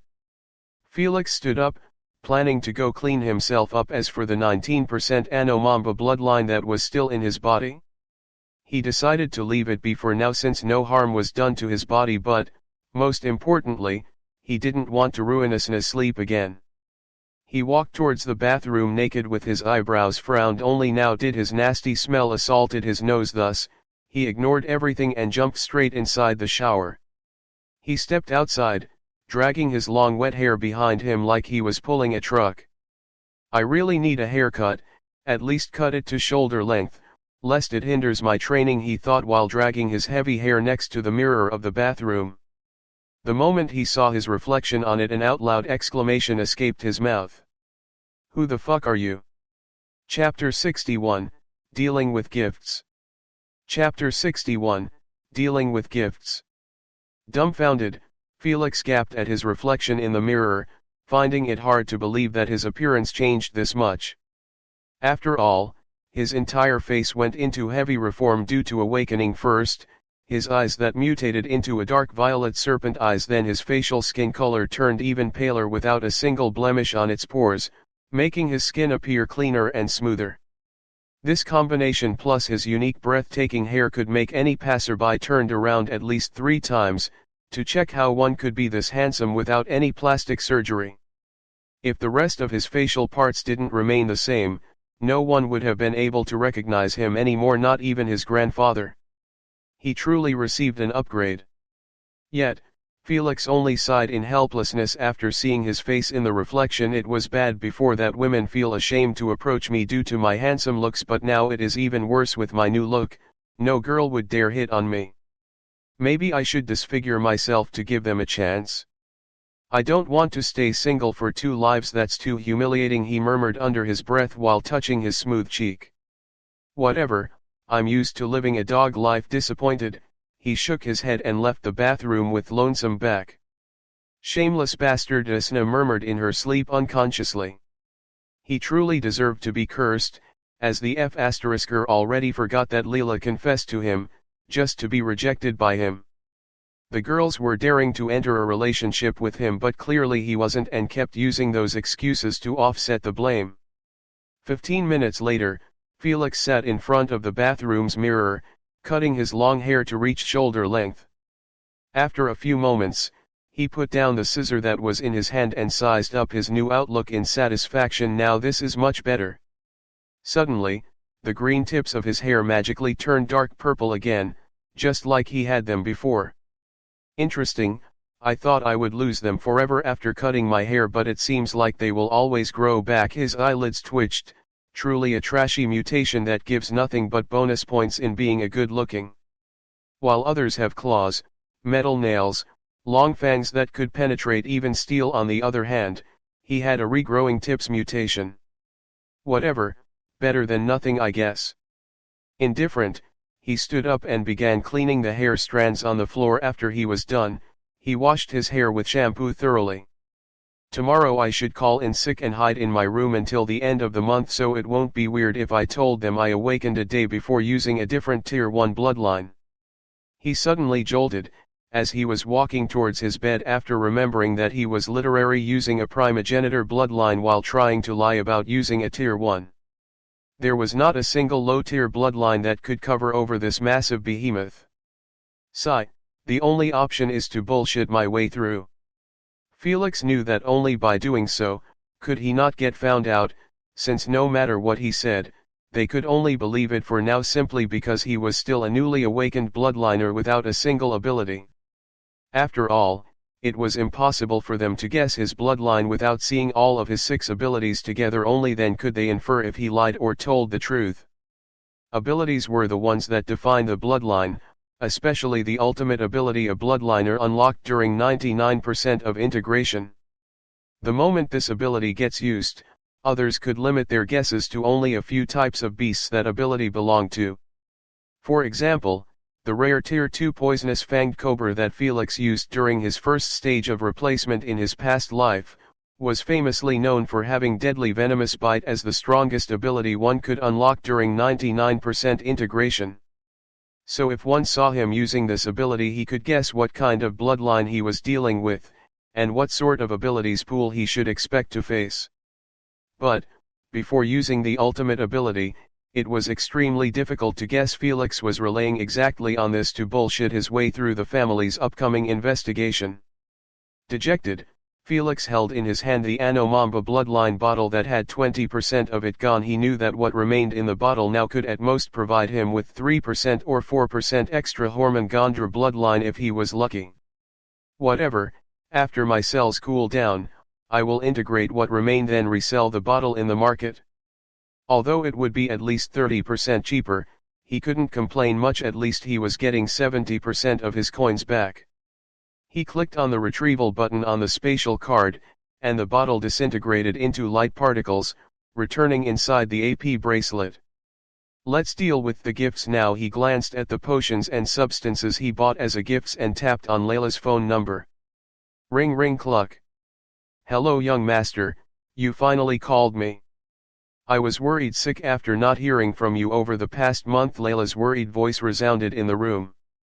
Thank you for your care, Leela. I am doing just fine, he chuckled, and said, anyway, I called to ask for updates about the island construction, as well as to inform you that I am sending some gifts for you and Jack, plus medicine for Cled's recovery. He smiled. I hope you won't refuse my gifts.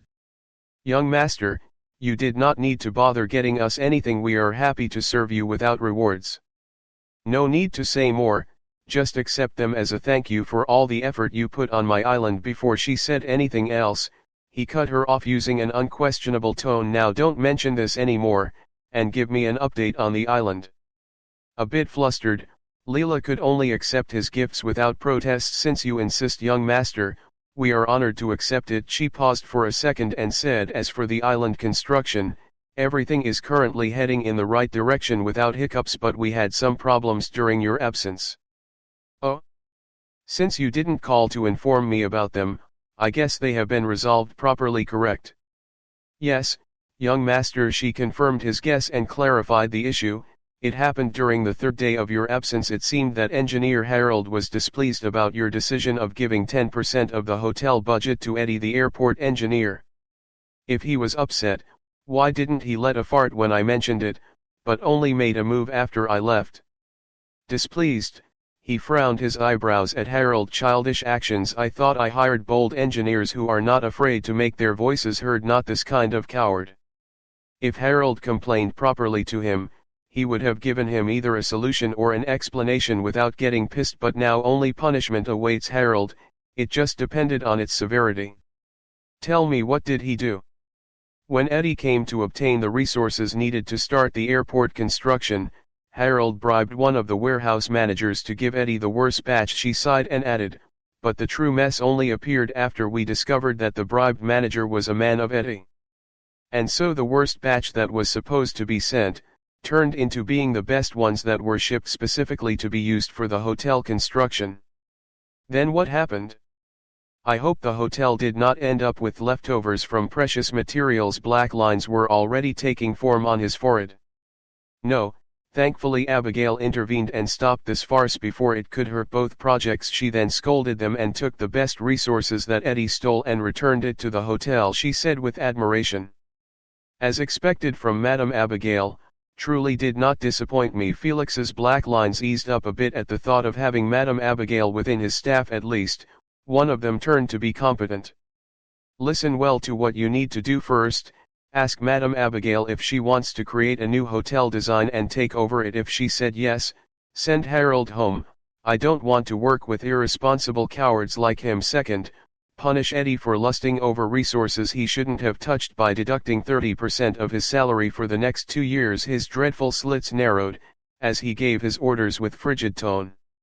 He might tolerate pranks and games, but tricks that could have an everlasting negative effect on his island. He wasn't that forgiving. No one was allowed to damage the island that he planned to turn into his main base of operations on Earth. Anyone who entertained such a thought would be dealt with severely, like Harold. But what if she didn't want to take the hotel, or Eddie refused to accept the punishment? She asked worriedly, since she really didn't want to affect the current stability. Simple. If Abigail doesn't want to redesign the hotel, just reward her with a 50% salary increase for the next 2 years, and give the redesigning job to Barry. He probably finished dyeing the seaport. A chuckle couldn't help break his frigid face apart after remembering Barry's design. As for Eddie, if he dares not to accept the punishment, send him home as well, and find another. If he made any noise about the illegal use of his design, call the family lawyers to teach him his place. Felix decided the fate of everyone who participated in the matter in a couple of minutes by single phone call. One could only imagine the faces of Harold and Eddie after they hear about this sudden calamity. That's it for now. You can expect the package to reach next week, he instructed.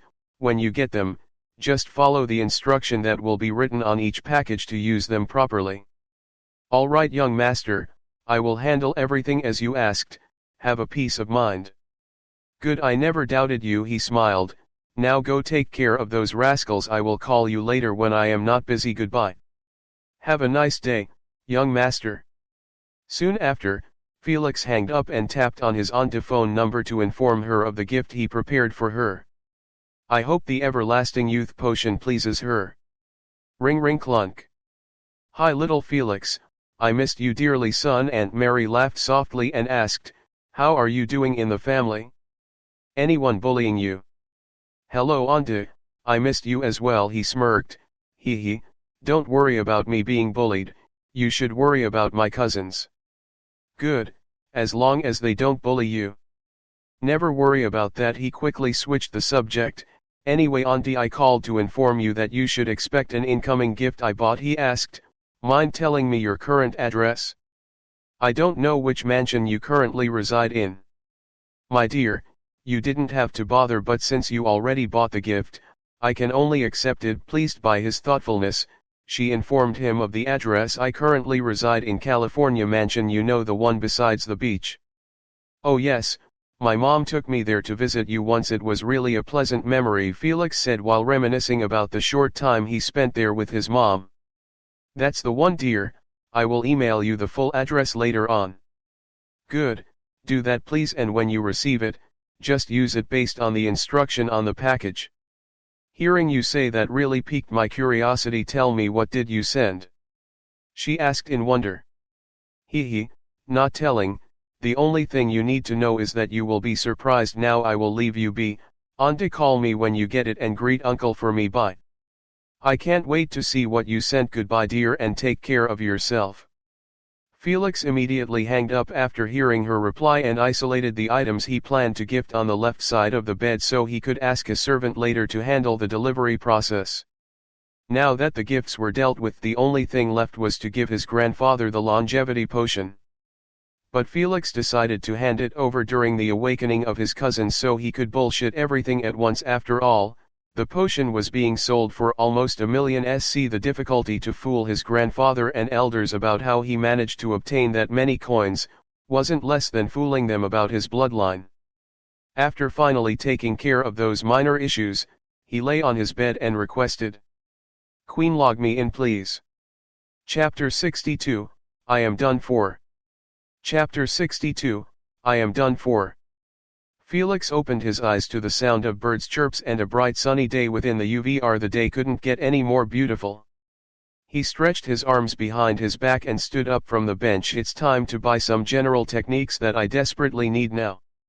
He called for a taxi and waited for a couple of seconds before it arrived and picked him up.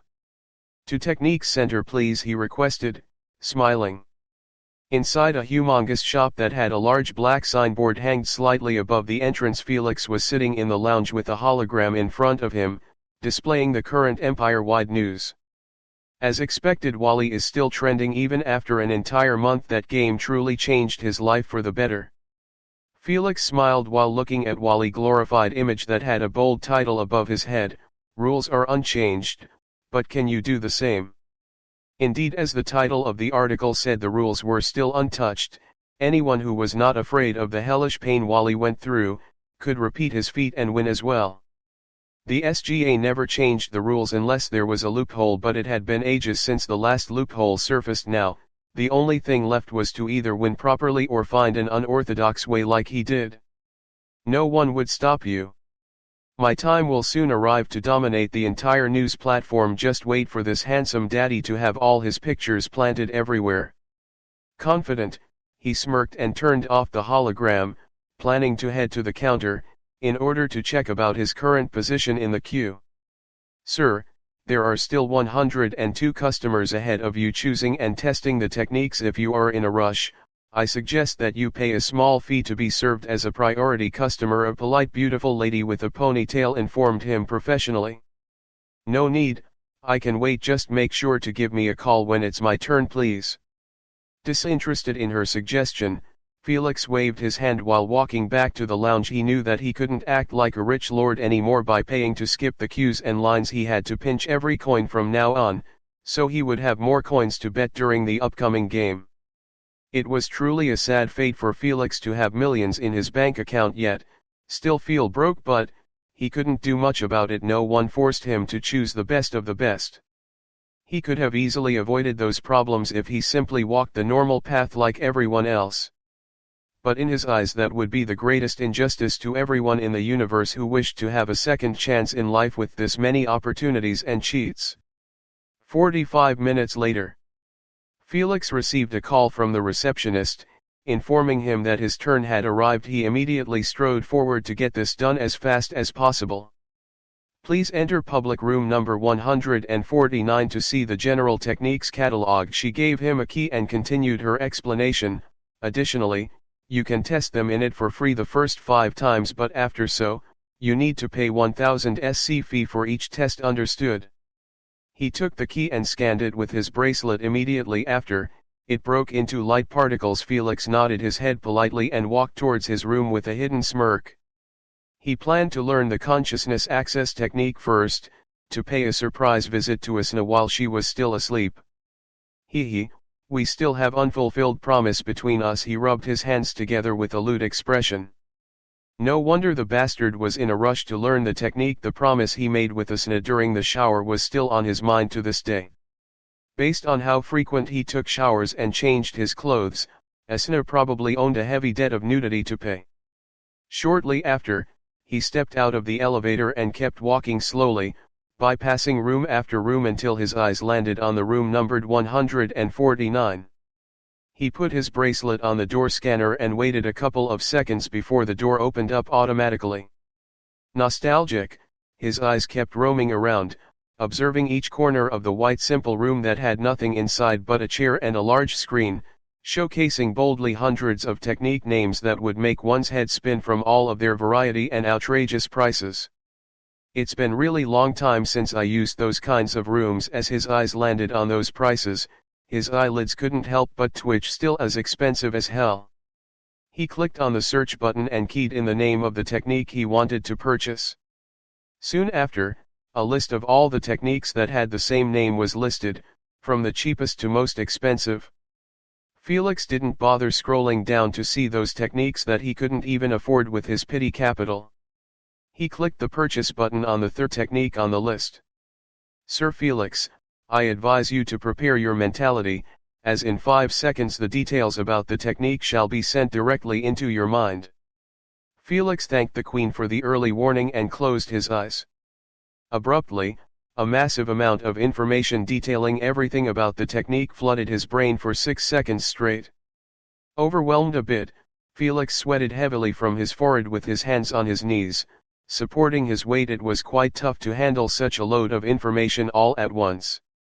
At least I didn't faint, or get a headache, he sighed in relief. Let's see if I'm able to enter my consciousness even with only 1% bloodline. He wiped his sweaty forehead with his sleeves and sat on the chair. He wasn't 100% certain in it working though, as in his previous life to activate manually a general technique one should at least be at greater purity, so the consciousness barrier wouldn't break instantly after one failed the attempt. But he had to try, as his consciousness barrier wasn't like the rest. He was somewhat confident in it sustaining at least 3 strikes before breaking. Here we go. Out of nowhere, Felix pinched his throat and started speaking in an unknown language that sounded extremely bizarre and quite annoying to the ears of the listeners. It quite resembled different buzzing sounds mashed up together.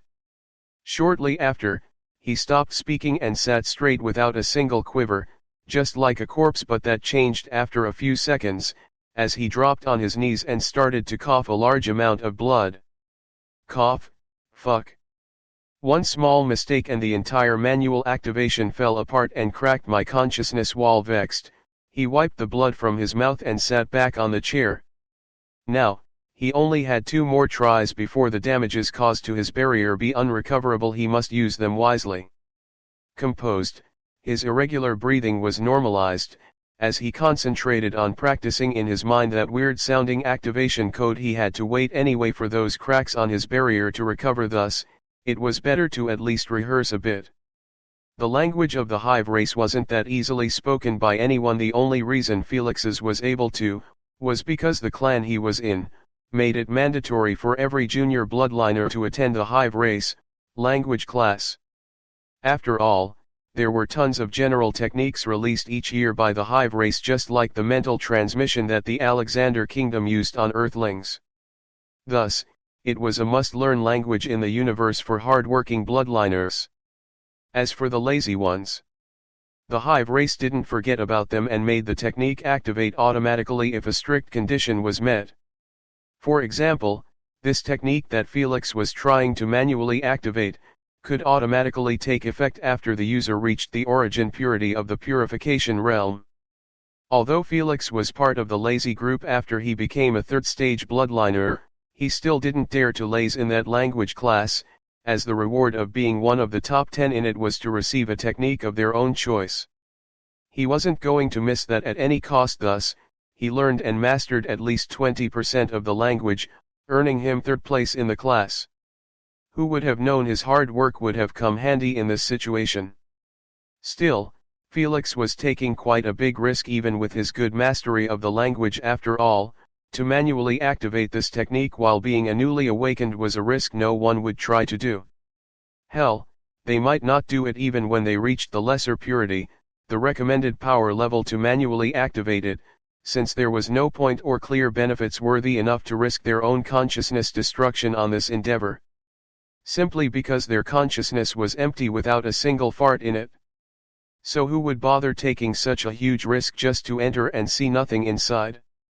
They could just wait until they reached the origin purity and automatically enter without any issues cropping up. But Felix's case was different. His consciousness was being rented by Isna, and as the landlord, he must check on her as soon as possible. After all, it was extremely weird that someone was living inside his body without even seeing how she looked like. This curiosity was slowly eating him from the inside, and no matter how much he tried to ignore it or avoid it, it would always come back, every time Isna spoke with her mesmerizing voice that could charm even the devil. So he was really determined that now was the time to see her and get rid of that annoying curiosity, otherwise, he truly wouldn't be able to focus on his bloodline path. 30 minutes later, Felix stood up with a relaxed expression. All right, it's time for round 2. He took a deep breath, and pinched his throat again, then spoke with the same bizarre language. But this time he spoke longer and fluently, a vast difference from earlier, as now his voice was far more pleasant to the listeners than before when he sounded like a banshee screech. He soon stopped speaking and just sat silently with closed eyes. On a lake that was filled with see-through water while being closed off by thin transparent walls, Felix was lying with his eyes closed peacefully. However, that peacefulness broke in an instant after he woke up with hands extended forward, trying to hold into something. Oof! Oof! He gasped for breath like he was drowning in an ocean, while his eyes surveyed around him. Fucking hell, I hate that feeling of dropping from the air when I always try to enter this place. Annoyed, he eased his rugged breaths and stood up, planning to visit Isna ASAP. He had no idea when she would wake up, thus, he had to make haste to prank her successfully. Let's go see that old witch. I bet she is ugly as hell with a wrinkled face from all of those years she lived. He chuckled with a playful look. He was pretty confident in his guess, as he based it on the fact that Isna took the shape of a flame when they saw her in the ruins. He doubted that her energy was low to the point she couldn't take her original shape. Good thing my consciousness is still small, so it is easy to find her. Just like he thought, it was really easy to locate her, since even without the size of the lake, just the large mansion that was made of mist was an easy hint to where she was at. He strode towards the mansion on tiptoes, trying his best to not make too much noise by splashing water everywhere, otherwise, his shocking surprise that he was building for would be ruined after she wakes up and caught him red-handed. Unfortunately, the only one who was dealt with a heavy shock was him. As the moment he entered the mansion and laid his eyes on Isna's otherworldly beauty that could steal men's heart in a split second, he stood petrified in his place with his eyes fixated on the crimson-haired beauty that was sleeping peacefully.